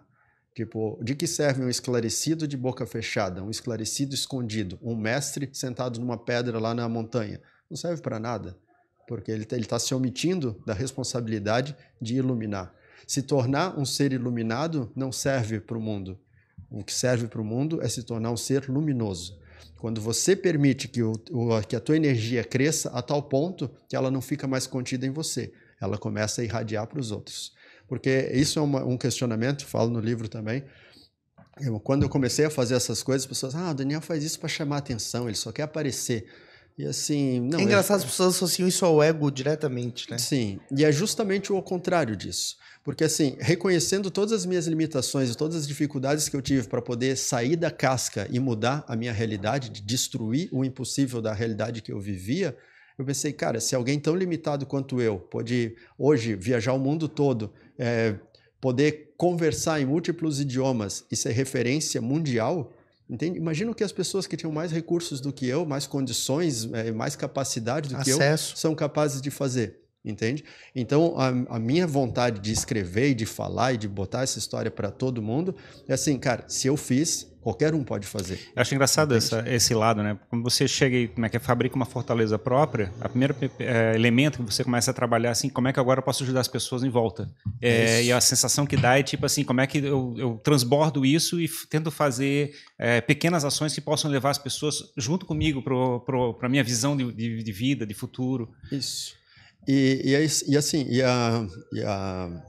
a resposta que eu sempre vejo, assim, muitas pessoas seguem a vida Ctrl+C, Ctrl+V, não sabem o porquê estão fazendo, porque elas não sabem que elas podem fazer. Elas acreditam que não dá, elas acreditam que determinadas coisas que elas querem, ou determinadas ambições, são grandes demais.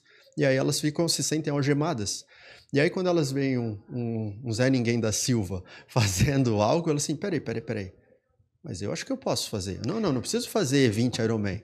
Mas eu posso fazer aquilo que eu estava querendo fazer. Pois é, mas é uma maneira de descobrir uma maneira de tocar essas pessoas, né? Digamos assim, ela está, hipnotizada para um dia a dia, de certa forma. E como é que você chega e faz uma chamada de atenção? Olha, que dá para olhar para o lado e ver que tem outra coisa. Tipo, dá para ver o mundo de uma maneira diferente. E é difícil de fazer a pessoa sair dessa hipnose que ela está no dia a dia. Sim, porque aí vem outra armadilha mental que todo mundo aprendeu que é verdade absoluta e que para mim é uma grande baboseira, que é uma frase bem simples que as pessoas se acostumaram a dizer: penso, logo existo. Todo mundo já ouviu essa frase, penso, logo existo.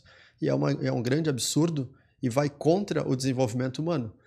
Para mim, e nas provas fica muito explícito isso, é penso, logo desisto. Porque quando você pensa, você vai para o teu sistema de crença. E o teu sistema de crença e tudo que você aprendeu até hoje diz que você não pode fazer. Diz que você vai se machucar, que você deve se proteger, que você deve estar seguro. E então, a verdade absoluta é sinto, logo existo. Não é o que eu penso sobre o meu trabalho, não é o que eu penso sobre mim mesmo. Pensar sobre algo te permite mentir, te permite exagerar, te permite ser ardiloso. Os advogados são muito bons em transformar uma mentira em algo sedutor, entende? Mas quando você é capaz de sentir sobre algo, opa, que a mágica aconteceu. O que você sente sobre você mesmo quando você está trancado no teu quarto com a luz apagada, sozinho? O que você sente sobre você mesmo? O que você sente sobre você mesmo quando você olha o teu reflexo no espelho de manhã cedo? O que você sente sobre você quando você pensa na história que você construiu até agora? Você sente amor e orgulho sobre você mesmo ou sente culpa e vergonha? Eu fiz algumas imersões assim que levava as pessoas e fazia as provocações, 24 horas de provocações sobre isso. E uma das experiências, a pessoa tinha que pegar um espelho e ela tinha que olhar no espelho e dizer o quanto ela se amava e sentir orgulho dela mesma. A maioria das pessoas, de primeiro impacto, começava a chorar e não conseguiam olhar para o espelho. Doía de ver o comportamento das pessoas. Elas sentiam tanta raiva e tanta culpa de si mesmas que elas não conseguiam se olhar. Que dirá dizer que se amam e que sentem orgulho. Cara, era pesado, é pesado. Mas é um exercício bacana esse? Não, é muito forte, é muito forte. Via pessoas de 50 anos começando a chorar do nada, e assim, o que aconteceu? Eu descobri que eu tenho 50 anos e eu não sei como eu cheguei até aqui, sabe? Porra, como assim, cara? Porque quando eu estava na escola, eu sabia que eu tinha que ir para a faculdade. Quando eu tinha que ir para a faculdade, eu sabia que eu tinha que trabalhar. Quando eu tinha que trabalhar, eu sabia que eu tinha que casar. E agora eu estou aqui e eu sou avó e eu não sei o que eu faço. E agora como é que faz, digamos, você escreveu um livro agora, né? Então, participando de um podcast, a gente fica sempre nessa discussão, né? Tipo, como é que tu faz as pessoas saírem do lugar comum e buscarem uma outra maneira de ver o mundo? A gente fala aqui, por exemplo, o Jim está falando da transformação, troquei alimentação, o Jim também está trocando alimentação, a gente tem falado com um monte de gente, a gente quer buscar referências de pessoas, histórias bacanas para ser contadas. Tudo a gente está fazendo aqui é uma estratégia de tentar fazer esse pequeno toque, né? De fazer a pessoa chegar e ter uma visão diferente do mundo. Primeira coisa, olha para o sentimento, não olha para o pensamento, olha para o sentimento. E isso é anti-intuitivo, porque tudo que a gente aprendeu desde sempre é a segurança. Eu criei uma metáfora para exemplificar isso de uma forma bem nítida, que é o passarinho na gaiola. Todo mundo já viu um passarinho na gaiola, ali na gaiolinha, pendurado na parede da casa, ali assim, e o canarinho ali, amarelinho, ali. E aí tem lá, todo dia, o dono do canarinho bota ali a aguinha para ele, bota o pistinho, bota uma folhinha de couve, uma geminha de ovo ali, para ele comer a geminha e ficar com a pena amarela. Eles fazem isso e eu acho tão engraçado, enfim.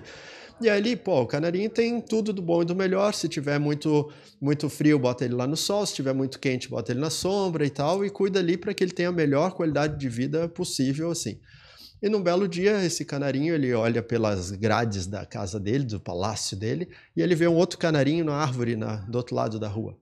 E aquele canarinho, ele tá no verão ali, então ele tá de bico e asa aberta, assim, e para tentar se resfriar. Dá para ver os ossinhos no peito dele, porque ele tá no verão, então tem pouca semente para ele comer. Quando esse canarinho olha para baixo, ele vê um gato subindo na árvore, quando ele olha para cima, ele vê um gavião rodeando. Esse canarinho não sabe se ele vai chegar no dia de amanhã, mas ele é totalmente livre. E o canarinho da gaiola, ele está totalmente protegido de tudo e tem abundância dos recursos que ele precisa. Só que ele não é livre. Qual canarinho você prefere ser?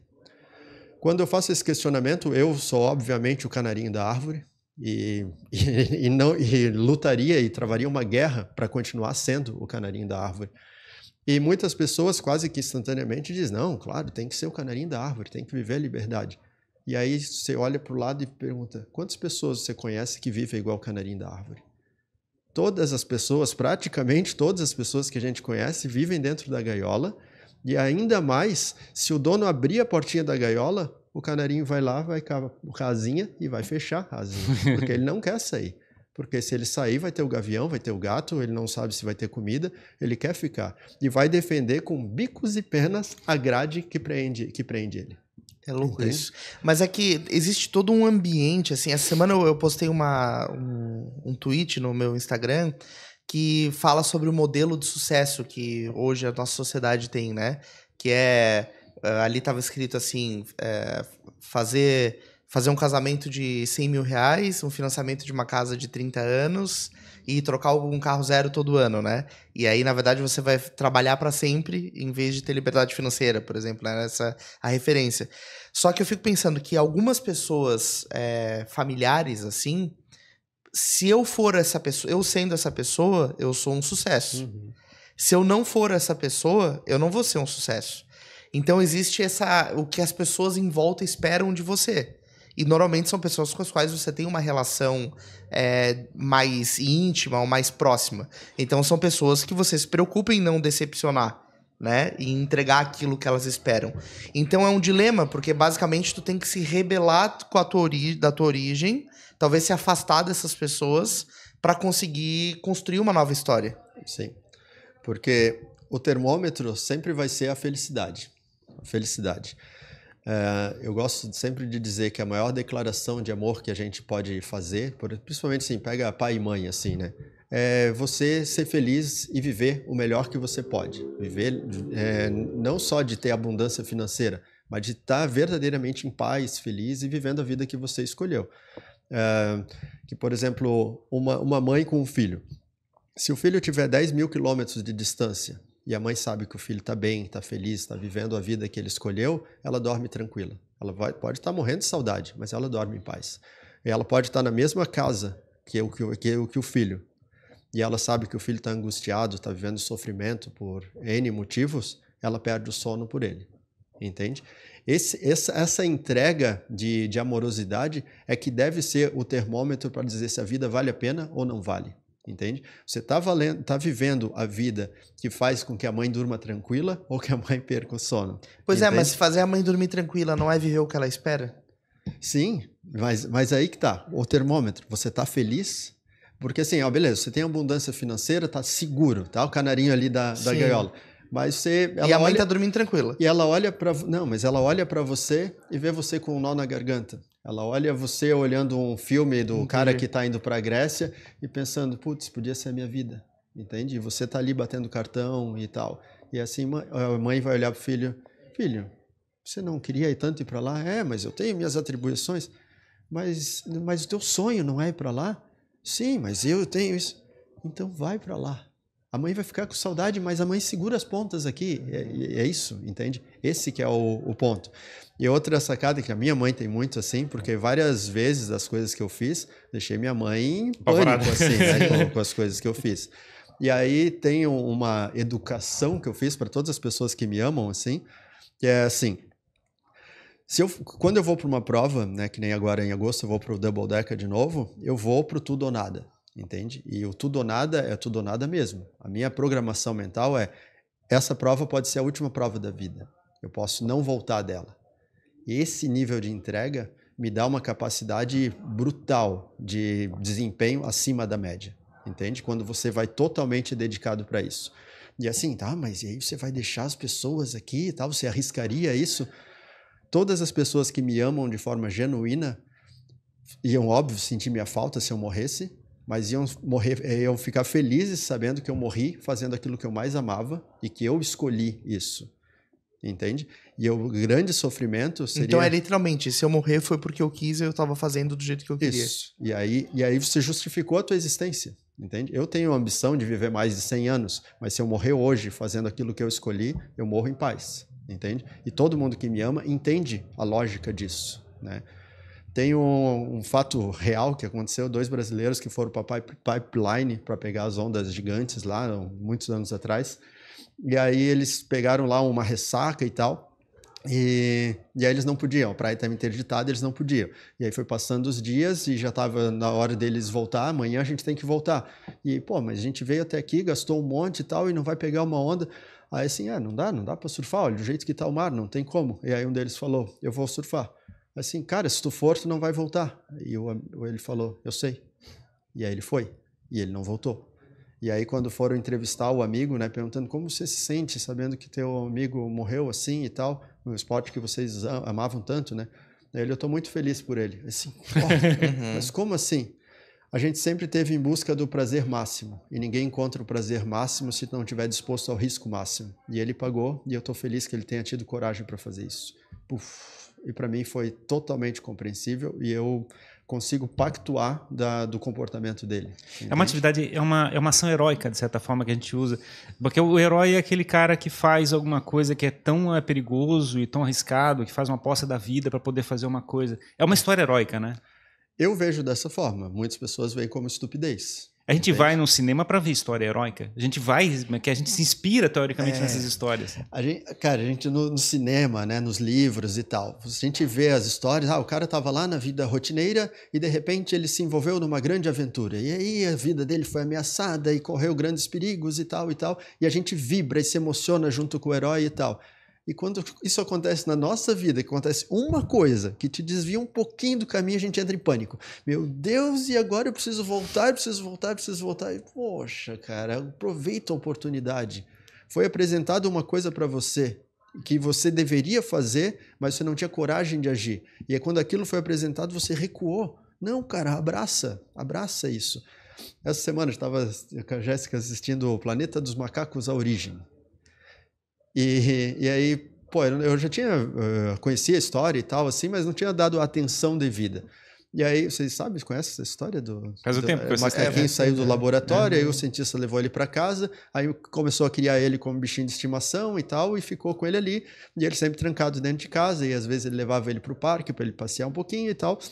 E aí, num belo dia, o pai do cientista que tinha Alzheimer vai para a rua, ele entra no carro do vizinho e o vizinho vai lá e começa a agredir ele. E o macaco vê isso da janela e vai lá proteger o pai do cientista.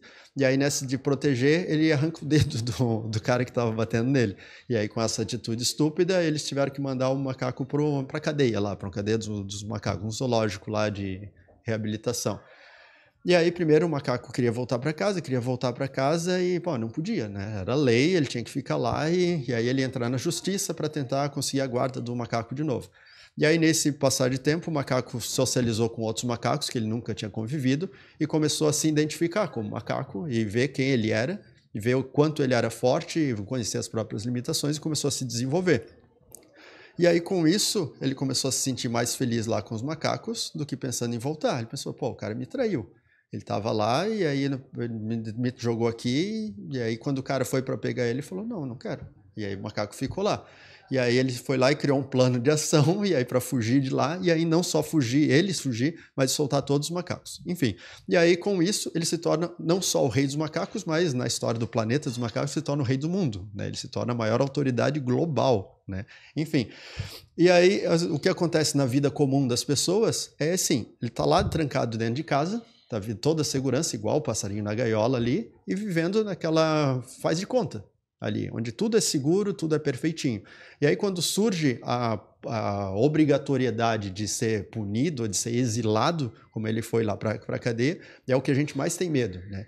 Imagina ser jogado num lugar contra a minha vontade, fora do meu controle, a gente entra em pânico e vai defender que isso não aconteça com todas as forças. Num filme a gente chamaria de a chamada para aventura. Chamada para aventura. Mas porque na realidade é o desafio, né? É o sofrimento, teoricamente ele está fugindo. É o Double Decker, é o Iron Man, a maratona, entende? É isso, só que assim, na vida real a gente tem essa oportunidade de escolher os desafios que vão permitir essa transformação. Ao invés de, como a gente estava falando, esperar uma doença, esperar um acidente, que isso aconteça, que nem ali ele foi preso, né, para que tivesse essa oportunidade de que ele se reconhecesse como ele era, reconhecesse as suas capacidades, suas limitações, para que ele tivesse a oportunidade de se desenvolver e se tornasse o melhor que ele podia ser. Então, ser exilado, né, ser expulso de casa, foi a melhor coisa que aconteceu para ele. A tua experiência de Double Deck, de chegar e fazer uma atividade eu fico imaginando que, de certa forma, a tua história, a forma que você conta e como a imagem apresentada é de uma história de um herói, é uma pessoa heróica, quer dizer, você fabrica uma referência. Então as pessoas tentam se espelhar em você. Eu estou usando você como sendo um modelo de alguém que eles poderiam tentar ser de alguma maneira. Sim, não exatamente a mesma atividade, mas o comportamento em relação aos desafios. E isso é um feedback que eu recebo quase todos os dias no Instagram, assim, as pessoas dizendo, eu fui fazer tal coisa e aí eu achei que eu não ia conseguir. E eu lembrei de você, lembrei daquela coisa que você fez lá, e aí, pensei, não, se ele conseguiu, eu posso fazer. E aí tá aqui, eu queria te mostrar aqui. Aí mostra lá uma medalha, ou mostra um diploma, um símbolo da conquista, assim. E isso para mim é extremamente gratificante e é o meu grande objetivo, que as minhas experiências, minhas práticas e a minha narrativa impacte a vida das pessoas de forma que elas encontrem a força dentro delas. É o que eu estava falando antes, de poder iluminar a ponto da pessoa, peraí, essa luz também é contida em mim. E aí ela, permite brilhar. E, bom, já que você tem esse papel de inspirar as pessoas, você tem pessoas nas quais você se inspira? Pessoas que você olha e fala, cara, quais são as suas referências? Sim, eu falo sempre que é o círculo de convivência, né? Se você convive num lugar onde as pessoas se contentam com muito pouco, você tem pouco, então você está em paz ali. Aí se entra alguém nesse círculo que tem mais, aí, gerou um desconforto, todo mundo vai começar a se movimentar. Tem uma frase que eu gosto disso, que é assim, se você é a pessoa mais inteligente da mesa, se levante da mesa, né? Exato. Então, no meu círculo de convivência, cara, tem os caras que já fizeram 30 Ironman 30 dias seguidos, tem os caras que já correram 80 horas sem parar, por exemplo, entende? A gente tem aqui no Brasil o Sérgio Cordeiro, que é nessa prova que a gente organizou, ele com 69 anos, ele nadou 19 quilômetros, pedalou 900 e correu 211 em 4 dias. E ele venceu, competindo contra caras mais de 20 anos mais jovens que ele, e ele venceu o negócio, foi lindo, entende? Os caras eram mais rápidos, eram mais fortes, só que o controle emocional e mental dele era tão acima do nível que começou a chover e ventar muito, ficou muito frio, e os caras assim, não, tá muito perigoso e tal, não, vou ter que parar, e eu olhava lá o senhorzinho na bicicleta, ele motorzinho. Até deu um ventinho agora, ele falava assim, e aí ele seguindo em frente, na corrida ele não anda, ele corre o tempo todo no passinho dele, mas ele não anda, então, e aí ele não dorme, e em 4 dias eu acho que ele dormiu 2 horas, caramba. Assim, e aí ele disse, não dormiu, ele deitou, tentou dormir, mas não consigo dormir, eu vou voltar para a pista. Assim, e a gente ficava dizendo, não, descansa um pouco, mas eu tô bem. A gente estava mais preocupado com ele do que ele, né? Ele estava tranquilo, entende? E aí, ele foi a minha referência para fazer outra triatlon. Quando eu era moleque, eu lia sobre ele nas revistas. O nome dele é Sérgio Cordeiro. Sérgio Cordeiro. E aí, em 2011, eu tive a oportunidade de correr 300 quilômetros do lado dele, de outro ultramaratonista. A gente correu do Instituto Nacional do Câncer, no INCA, né, ali no Rio de Janeiro, até São Lourenço, em Minas Gerais. 300 quilômetros, correndo pela Via Dutra, Serra das Araras, depois Serra de São Lourenço. E 44 horas de ação ininterrupta também, que saímos embaixo de chuva, sempre tem a chuva ali para tentar, é isso mesmo que vocês querem fazer.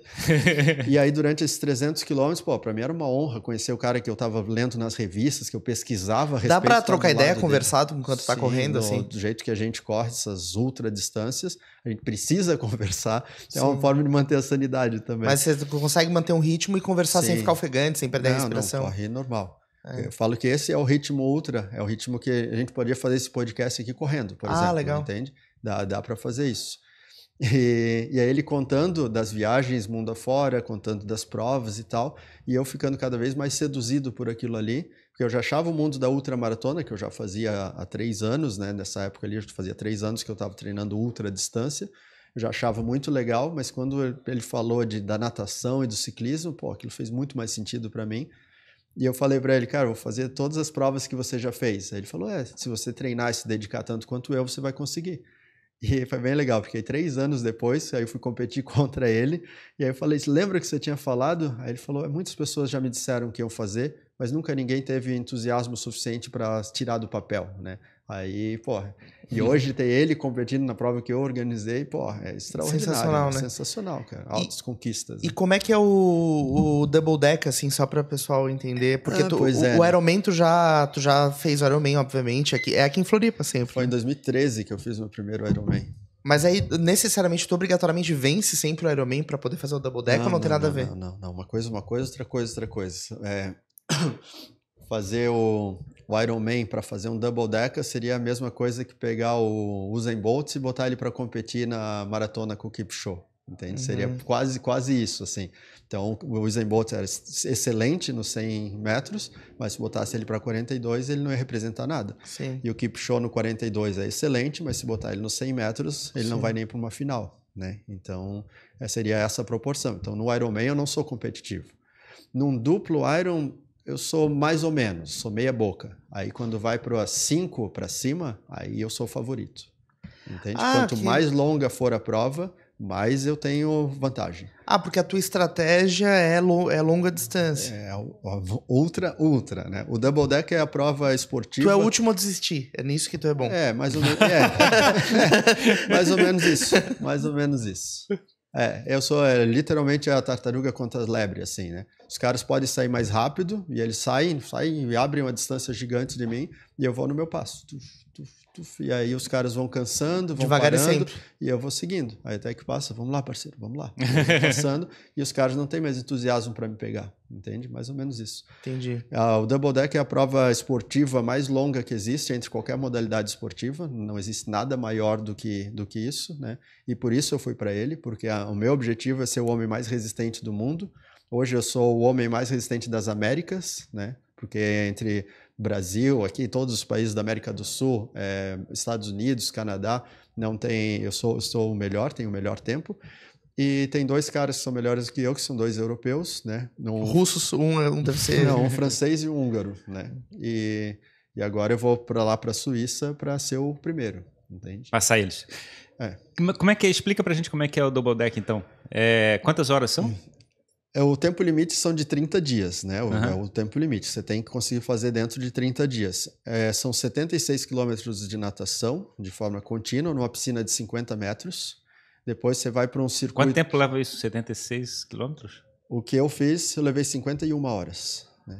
2 dias e pouquinho dentro d'água. Assim, não sabia nem que era possível fazer isso. E eu saí em segundo ainda, quando eu fiz.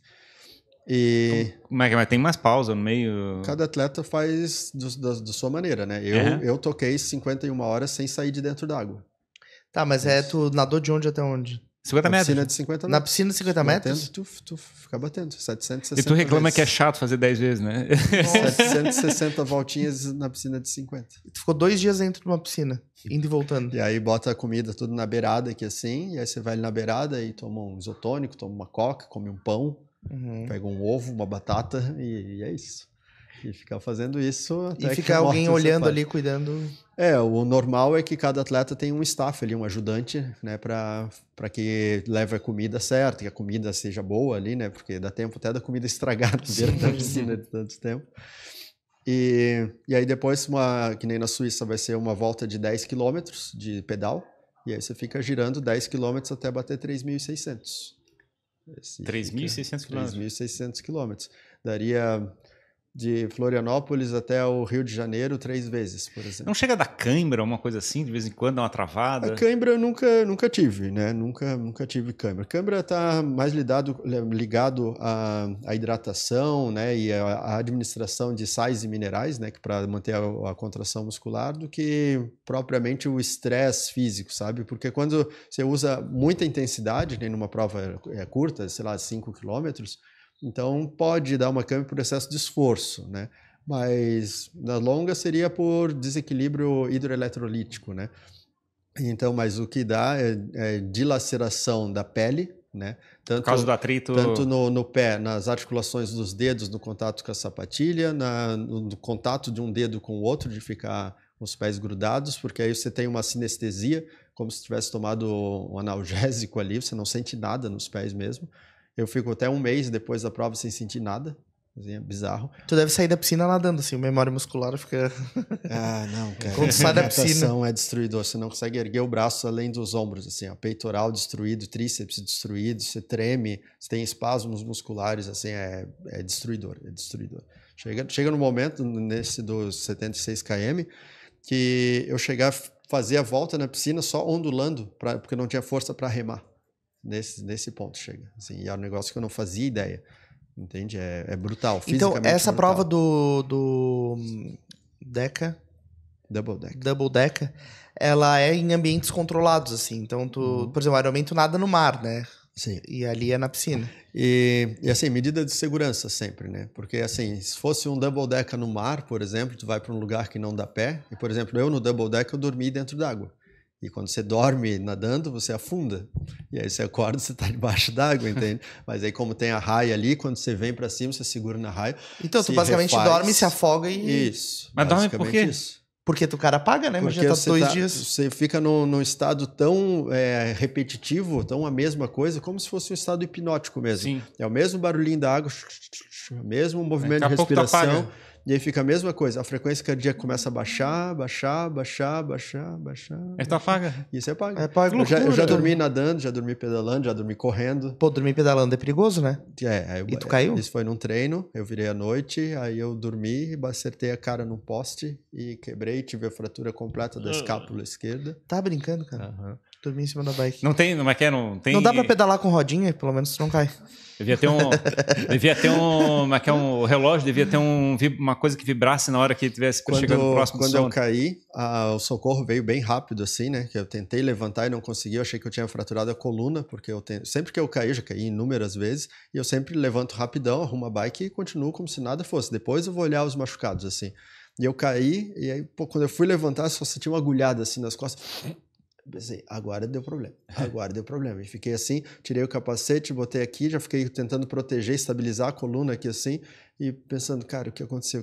E aí, até eu entender que eu tava dormindo, cara, porque eu lembro assim, eu saí da 101, entrei na Jorge Lacerda, e pensei, cara, tô com muito sono, cara, vou pegar um ponto de ônibus e vou dar uma apagada uns 5 minutos, depois eu continuo.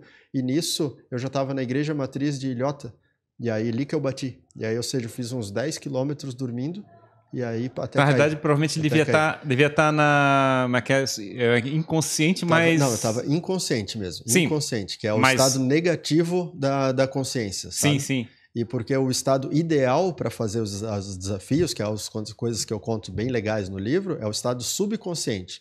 Eu estou protegido do sistema de crença, mas eu não estou entorpecido como o inconsciente. Eu estou no meio do caminho, entendeu? É que teoricamente esse é o estado ideal. É que quando você está em sono profundo, ele chega a desligar os músculos, Isso. né? E aí, quando os paramédicos vieram, eu estava com 34 graus de temperatura e estava com 50 batimentos. Eu estava dormindo profundamente em cima da bicicleta. E não me incomoda. E aí, 34 graus. Aí eles assim, cara, tu tá hipotérmico, cara, tu tá passando bem. Falei, cara, eu tava pedalando, eu tô aqui, sei lá, 20 horas pedalando. Aí eles ficaram medindo, não pode estar certo isso aqui, não pode. E a frequência é extremamente baixa. E, 50 batimentos pedalando, bizarro, né, cara? É bizarro. Bizarro. E, enfim, são as coisas que acontecem. E aí um efeito legal disso, isso foi em 2020. Foi logo alguns meses depois do Double Deca, né? um efeito legal disso, que eu tinha falado antes ali de autocura e sabe, das viagens do Oriente. Aí o médico falou, agora você vai ficar 2 meses imobilizado e aí depois de 2 meses você vai começar uma fisioterapia e tal. Aí eu falei, não tem essa possibilidade, porque daqui 3 semanas eu tenho uma maratona nos Estados Unidos. Aí ele, 3 semanas? Não, esquece, 3 semanas você vai estar de tipóia ainda, vai estar tomando um monte de remédio, não tem como correr.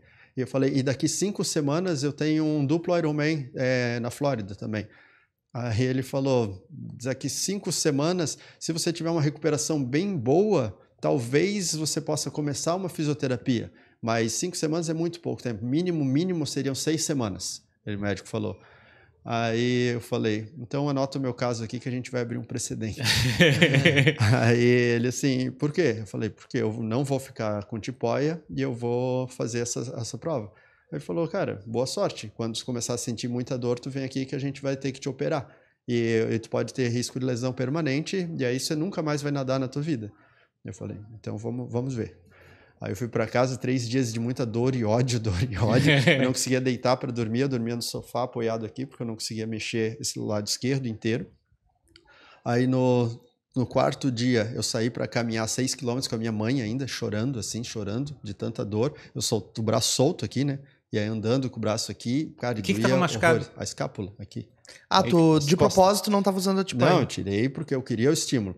E aí assim, acontece uma mágica. Tava quebrado? Tava lesionado? Ela tava esmigalhada. Assim. Ela afundou e separou e fragmentou, assim, vários fragmentos, né? E aí o que é um negócio que acontece na técnica de autocura, assim. Como eu sentia dor 24 horas por dia, a minha atenção estava no machucado 24 horas por dia. Quando você consegue colocar a tua atenção em determinada parte do teu corpo e ficar respirando ou visualizando parte do teu corpo que está machucada, então nesse momento você começa a recrutar fluxo sanguíneo. Então aumenta a quantidade de fluxo sanguíneo, você vai sentir primeiro a parte do corpo ficando mais quente e sentir um pulsar na região que está machucada. Isso é bem comum com qualquer tipo de machucado.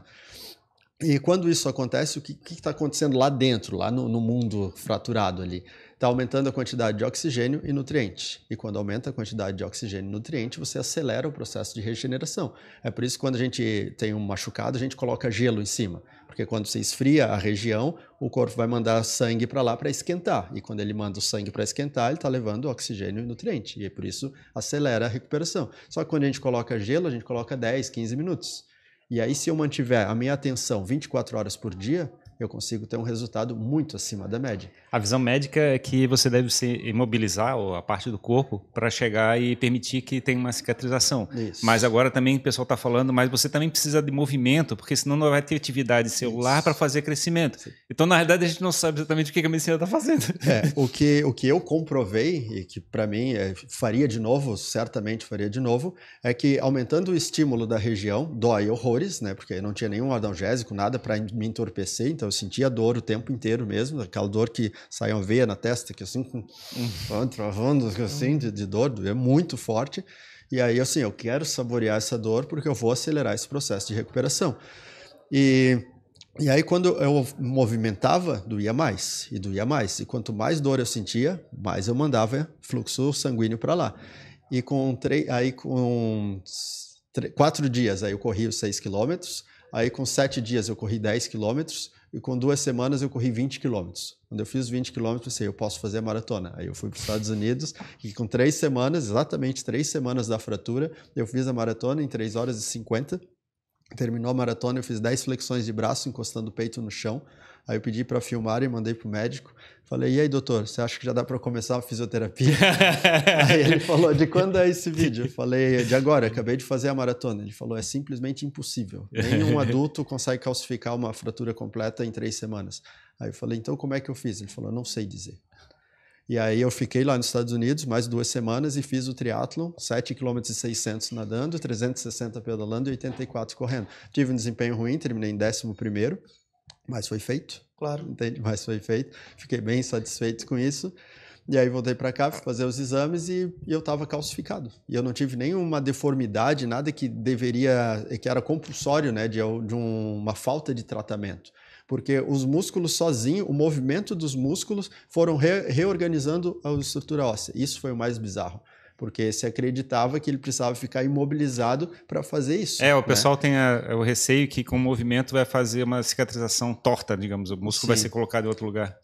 O osso vai ser colocado. E o que o meu corpo comprovou é que o músculo reposicionou os ossos, entende? E é um negócio bizarro, né? Sim, total. A corrida também é feita no ambiente do double decker, também controlado? Aí são 1 quilômetro para lá e 1 quilômetro para cá, 2 quilômetros por volta. Entendi por que dorme, né, cara? Fica evidente, porque eles não pegam, não tem natureza. Na verdade, eu sou capaz de arriscar que é uma prova tão mental quanto física, ou talvez mais mental do que física. Eu falo que é 90% mental. Tu tem que vencer o tédio, né? Tu tem que... Porque, cara, eu me lembro de ter dirigido uma vez, acho que foi de Los Angeles para... Las Vegas, né? Que tem umas retonas absurdas, assim, que eu quase fico me pegando, assim, quase dormindo, porque é muito chato olhar uma pista reta. Sim. E agora a gente estava no Rio de Janeiro e a gente voltou dirigindo de lá 1.200 quilômetros, né? Eu e a Jéssica. E é assim, a gente passou 30 e poucos dias lá e quando a gente foi até São Paulo, e dormiu em São Paulo, depois a gente foi. Então foi bem confortável. E aí na volta eu pensei, não, eu quero ir para casa, eu quero ver meus gatos, quero ir para casa. E a gente tocou direto, 16 horas direto, assim. E a Jéssica ficou bem cansada, assim, sentiu sono e tal, ficou irritada, e eu só queria voltar, não sentia sono e cansaço em momento algum. Eu pensava, cara, é só 1.200, né? No Deca ali os caras... E eu tô de carro ainda, eu faço isso a pé. Exato. Os caras fizeram 1.800 lá pedalando, a gente acabou de ver como é que eu vou cansar dirigindo 1.200, né? Então, a percepção da realidade é totalmente adulterada. A régua é outra, entende? né? É diferente. O que tu diria pra ti, o que tu tava fazendo aos 25 anos, e o que tu diria pra alguém que tem essa idade e assim, não necessariamente quer ser um atleta de alto desempenho, mas quer construir uma vida... Não seja um hippie. Exato. Quando eu tinha 25 anos, foi quando eu li o livro Ultramaratonista, que contava a história do Dean Karnazes, que é o cara que me inspirou a fazer meu primeiro 100 quilômetros correndo. Com 25 anos eu tinha. E aí eu treinei 10 semanas, 2 meses e meio, e saí do 20 quilômetros e fui para os 100 quilômetros em 10 semanas. E aí com 26 anos eu fiz o meu primeiro... Então foi a idade da virada de chave ali. A idade da virada, exatamente isso. E, cara, o conselho que eu dou para qualquer pessoa, cara, independente da idade, é assim, observa o que você sente no fundo do peito. O que você sente quando você está em silêncio, quando não tem nenhum tipo de ruído, e vê o que você sente. Vê em que direção essa bússola emocional está te levando. O que faz realmente sentido, o que faz você sentir algo bom, algo feliz. Sentir amorosidade, sentir felicidade, sentir liberdade, se sentir preenchido. Aquilo que faz o teu coração bater mais forte está te indicando a direção que você deve seguir. Entende? E que isso muitas vezes não vai estar atrelado a retorno financeiro, não vai estar atrelado a reconhecimento. Mas esse é o problema, né? Porque a gente às vezes mistura as coisas, né? Então, tipo assim, o que as pessoas esperam de mim? É isso. Então, é isso que eu sinto que preciso. Do que o outro vai pensar, do que o outro espera, a gente no esporte, a gente tem sempre isso, assim, cara. Ninguém vai correr nem 1 quilômetro para mim, entende? Quando o meu pé estiver destruído, quando meus ossos estiverem quebrados, ninguém vai fazer por mim. Eu tenho que fazer.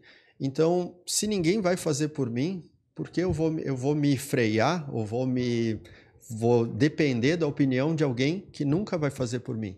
Então, é o que eu sinto que vai gerenciar a minha realidade, entende?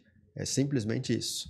Quando, por exemplo, amanhã, que nem hoje, eu já acordei às 4, entende? Aí, tipo, beleza, eu fui dormir à 00:30, 1h, então eu dormi 3 horas essa noite. E assim, cara, ninguém vai dormir por mim. Quando chegar lá na prova, cara, não adianta eu ficar buscando conforto, não vai ter, entende? Então, essa é a realidade e eu tenho que viver essa realidade. Então, quando eu permito que aquilo que eu sinto seja o meu líder, então, eu estou sendo totalmente congruente com a minha existência. Aquilo que eu sinto com a minha atitude diária. Importante, então, é descobrir como escutar, né? Como saber deixar a tua cabeça vazia e realmente clara do que teu coração está dizendo que é o certo para ser feito. Fica em silêncio para poder escutar. Exato. Seria isso, né? Fica em silêncio para poder escutar. Quando eu terminei o Double Decker, tem uns vídeos legais assim, tem no Instagram, tem no YouTube também. E aí, pô, depois 2 dias dentro d'água, 11 dias em cima da bike, 10 dias correndo, aí as pessoas, meu, você devia estar muito feliz, né? E no Double Deca foi diferente, assim. Eu não tava radiante de alegria, assim, sabe? Eu tava em paz. Quando eu cruzei a linha de chegada do Double Deca, ó, até me dá um nó na garganta. Eu tive o sentimento, foi a primeira vez que eu senti, assim, que era o sentimento de paz, mas era como se todo o som, todo o ruído do mundo tivesse acabado. Não existia mais nada. Era como se eu tivesse atravessado uma fronteira, assim. Talvez tenha sido a primeira vez que eu senti que agora eu fiz uma coisa que valeu a pena. Talvez tenha sido... Certamente foi a mais impactante, porque foi brutalmente mais difícil do que tudo, né? Suportar a destruição do meu corpo físico, suportar a destruição da minha mente racional, do meu sistema de crença, do meu intelecto, permitir que o espírito me conduzisse quase que me arrastando para frente, sabe? Tive várias catarses durante os 23 dias, de gritar, de chorar, de esmurrar no meio de tudo isso, e ainda assim, no meio de toda a tempestade louca, literalmente louca, consegui encontrar uma sanidade para me jogar para frente, mais um. E aí quando eu cruzo a linha de chegada assim, porra, sabe, daquela, parece assim, respirou pela primeira vez. E pensar, sabe, que tudo começou com o personal trainer dizendo que tu levava jeito. Pois é, cara, pois é. Darcy Polastri era o nome dele, cara. Darcy Polastri. Parece que leva jeito. Leva jeito pra esse negócio. É verdade, né? Seria legal encontrar ele hoje em dia. Assim, pois é. Vamos fazer um papo com ele aqui. Conta do sono, cara. Tu falasse que dormes pouco. Como é que é a atividade física faz a pessoa dormir mais ou menos? Não, é que assim, a atividade física por si só, ela não vai fazer muito milagre. Assim, lembra que eu falei? Precisa da programação mental, né? Precisa da programação mental. O que me traz um diferencial, né, nessas provas de ultradistância é a capacidade de dormir pouco, né?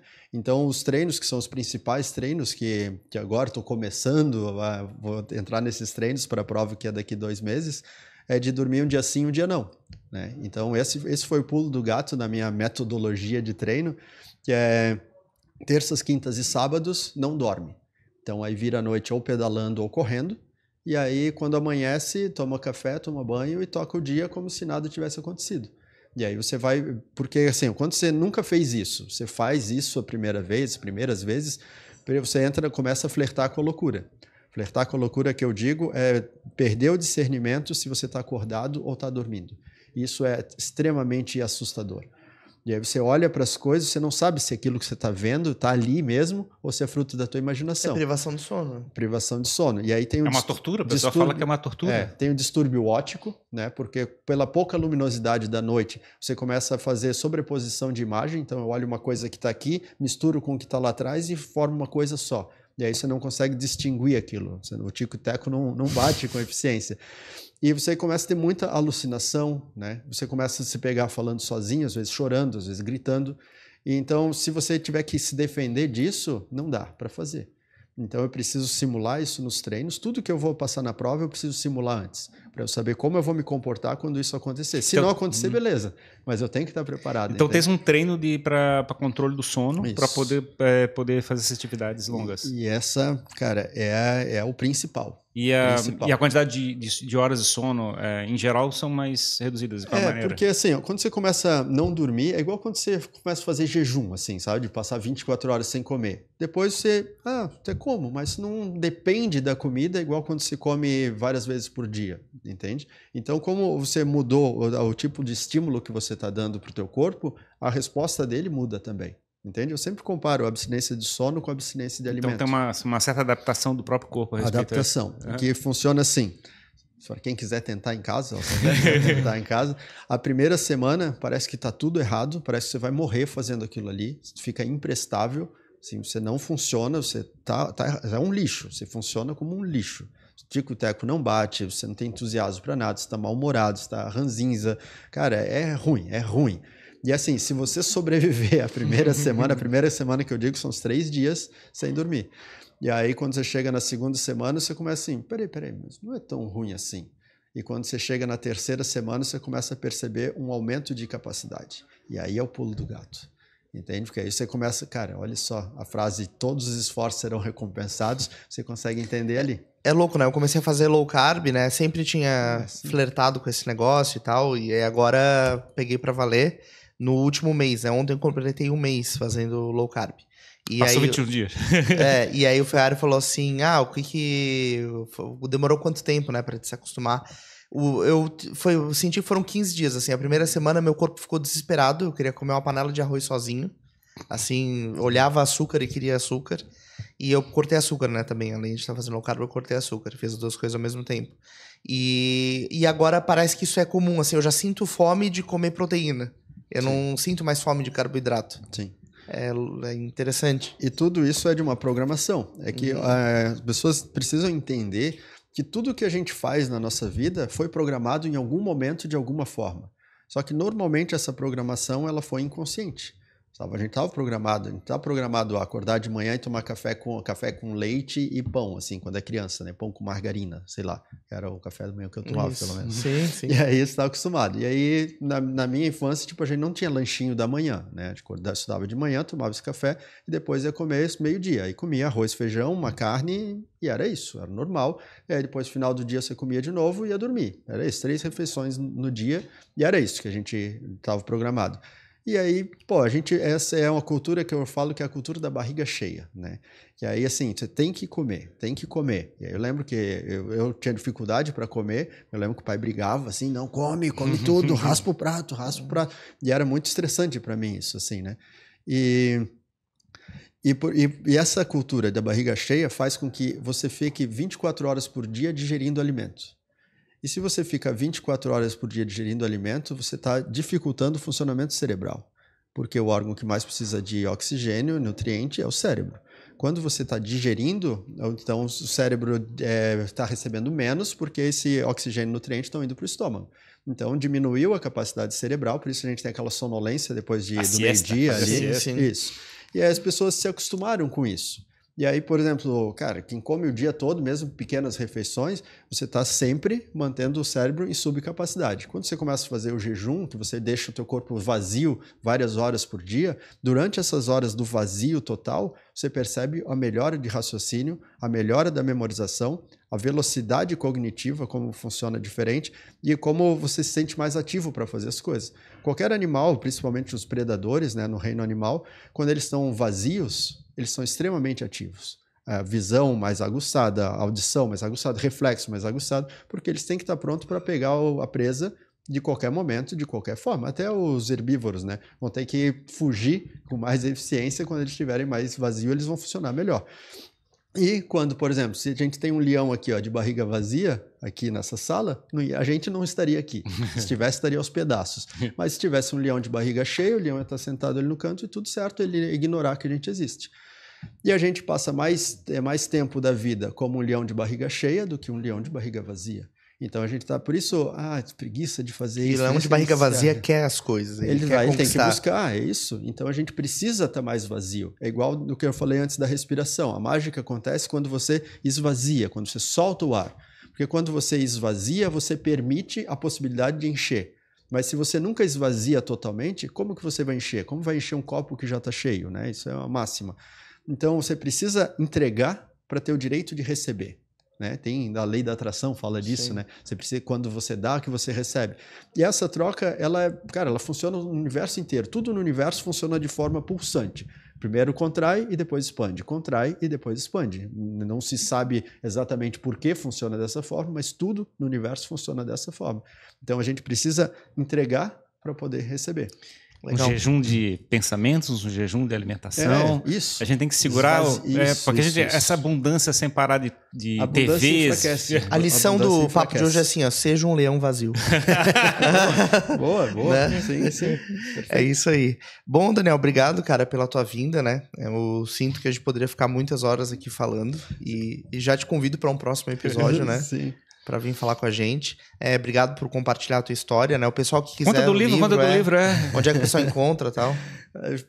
Foi o podcast que eu menos falei das provas que eu já fiz. Achei bem legal, fico bem feliz, porque é um monte de fala inédita aqui. Então é bem legal, porque normalmente as pessoas perguntam as mesmas coisas, assim, da prova tal, da prova X. A gente gosta de discutir a respeito da cabeça, cara. Você percebeu? Pra mim é maravilhoso, cara. Eu posso ficar falando horas sobre isso e fico bem feliz e agradeço e parabenizo vocês pelas perguntas e tal, pela abordagem. Para mim foi bem rica e fico muito feliz pela oportunidade de poder contar as histórias e mostrar esse ponto de vista que muitas pessoas que me seguem há bastante tempo ainda não conheciam. Então fico bem feliz mesmo. Gratidão. Top. E do livro, se quem tiver interesse em adquirir o livro, pode ou no Mercado Livre, você consegue, ou na nossa loja online, né, que é Ultra Daniel Oliveira, é isso, Jéssica? Isso. Ou no Instagram, no meu direct ali, é só mandar o endereço no meu direct que eu consigo enviar para qualquer lugar do Brasil também. O livro é recente? É de 2020. 2021. 21. É. Ele conta a respeito das principais provas. Tem um pouco da origem ali, né, de como tudo começou. Aí tem as principais provas e um insight sobre o futuro, assim, né? Legal. E nas suas redes sociais, quais são as tuas redes para o pessoal te acompanhar? Tu posta bastante no Instagram? Sim, Ultra Daniel de Oliveira, você me encontra no YouTube, no Google, no Instagram, principalmente. O Instagram é o mais forte, assim, né? Eu tenho mais retorno e mais acesso às pessoas pelo Instagram. Ultra Daniel de Oliveira, mas até para quem quiser, quem duvida das coisas que eu falo, porque assim, como eu falei bastante e não falei tanto das provas, assim, quem é esse cara para estar falando essas coisas? Então, procura lá no Google, só digita no Google Ultra Daniel de Oliveira, que só tem eu, porque Daniel de Oliveira tem o ator, né, que ele ainda é mais famoso que eu. Ainda, por enquanto. Mas se botar Ultra Mas Daniel como ele é um leão Oliveira, de barriga cheia, então um leão de barriga vazia. Tens o vídeo do teu apoio que mandasse pro médico lá? Não? Como que é? Aquele vídeo que fizesse apoio pro médico. A flexão. Devo ter em algum lugar. Eu devo botar nas redes sociais isso aí, né? É verdade. Da imagem da fratura eu sei que eu tenho no Instagram. Do apoio é verdade. Verdade. Legal, né? Porque eu acho que é bacana esse lado de chegar e mostrar que a gente que pode mais do que a gente acredita, né? O que as outras pessoas tentam impor na gente. Esse que é o ponto, cara. Eu repito sempre, nada é tão bom que não possa melhorar. Entende? Mas você tem que se sentir incomodado de não ter atingido o teu ápice. Entende? Porque é uma busca constante. A vida não é uma estrada, ela é uma escada. E cada dia é um degrau. Cada dificuldade é uma oportunidade de melhoria. Essa deve ser a frase que deve ficar pulsando na cabeça. A dificuldade é uma oportunidade de melhoria. Então abraça isso, não tenta se livrar da dificuldade. Agarra a dificuldade que ela vai te levar para onde você deseja. Porque todas as dificuldades que foram apresentadas, a gente criou. Cada indivíduo cria as dificuldades voluntária ou involuntariamente. Porque muitas vezes a gente quer algo, só que a gente fica esperando. E quando voluntariamente você não faz, então involuntariamente isso vai aparecer para você. E às vezes não é do jeito que você gostaria. E aí vem um acidente, às vezes vem uma doença. Então, cara, vamos lá buscar, vamos criar a dificuldade voluntariamente para construir a realidade do jeito que a gente deseja. Não ficar esperando um acaso cair no nosso colo e, puxa, que sorte que eu dei. Entende? Sorte, não, sorte não. Nada vem fácil, a gente acredita que vem, mas não vem não. Eu sempre falo assim, as coisas são possíveis, mas nunca vou ousar dizer que é fácil. Entende? Fácil não. Às vezes quando fala, mas tu falou que era fácil. Não. Eu falei que era possível. Fácil e possível não são sinônimos. Lembre, dificuldade e sofrimento não é sinônimo. Prazer e felicidade não são sinônimos. E possibilidade e facilidade não são sinônimos, entende? Precisa lembrar dos 3 sinônimos, dos 3 não sinônimos, né? E nem a impossibilidade tu aceita também. Não. Porque o médico diz que não vai se recuperar e tu vai lá e se recupera. Impossível é o nome do meu cachorro, e isso que eu nem tenho cachorro. É isso aí, obrigado pela tua presença, tá? Volte sempre aqui para conversar com a gente. É isso, né, Ferrari? É isso aí, obrigado, agradecer bastante. Eu acho que foi um papo bem bacana esse lado da cabeça, eu acho que é importante. É muito da atividade, de chegar e forçar a barra a respeito das suas limitações, está muito relacionado ao fato de você cuidar da sua forma de pensar, né? Da forma de encarar o mundo. Como você se vê nesse mundo, né? Quem é você nesse mundo, né? Show de bola. É isso aí, conversamos com este que será o homem mais resistente do mundo, Daniel de Oliveira. Obrigado a você que acompanhou, né, a mais este papo aqui no Jogando Pra Plateia. A gente fica muito contente com o resultado de um episódio como esse. Espero que você tenha aproveitado o conteúdo. Se você ainda não segue a gente, já deveria ter feito isso. Então inscreva-se no nosso canal do YouTube. A gente também tem nossa missão, de áudio, temos a nossa missão. A nossa missão que é fazer uma transformação das pessoas pessoas que assistem o nosso episódio também. Isso, E a gente gosta de fazer as pessoas serem sejam heróis, né? Tipo, sejam pessoas que possam ser espelhadas, né? Se você quer ser um super-humano, assista o Jogando pra Plateia, que a gente tem referências de como você ser o melhor em todas as áreas da vida. Que até aparece, né? Sério. Muito bom. É isso aí. Então, acompanhe a gente, que a gente tá aprendendo muito nesse processo e quer compartilhar isso com vocês. Siga a gente também no Instagram, lá tem os cortes com os melhores trechos, beleza? Agradecer aos nossos parceiros aqui, ao Lid Santa Catarina, ao Davi Paz e Lima, ao Danco e a doutora Rebeca Heinzen aí, que são os nossos apoiadores pra gente continuar construindo esse projeto. Muito obrigado e até o próximo episódio. Jogando pra Plateia. Falou, gente. Jogando Obrigado. para a Tchau, Plateia. tchau. Tchau.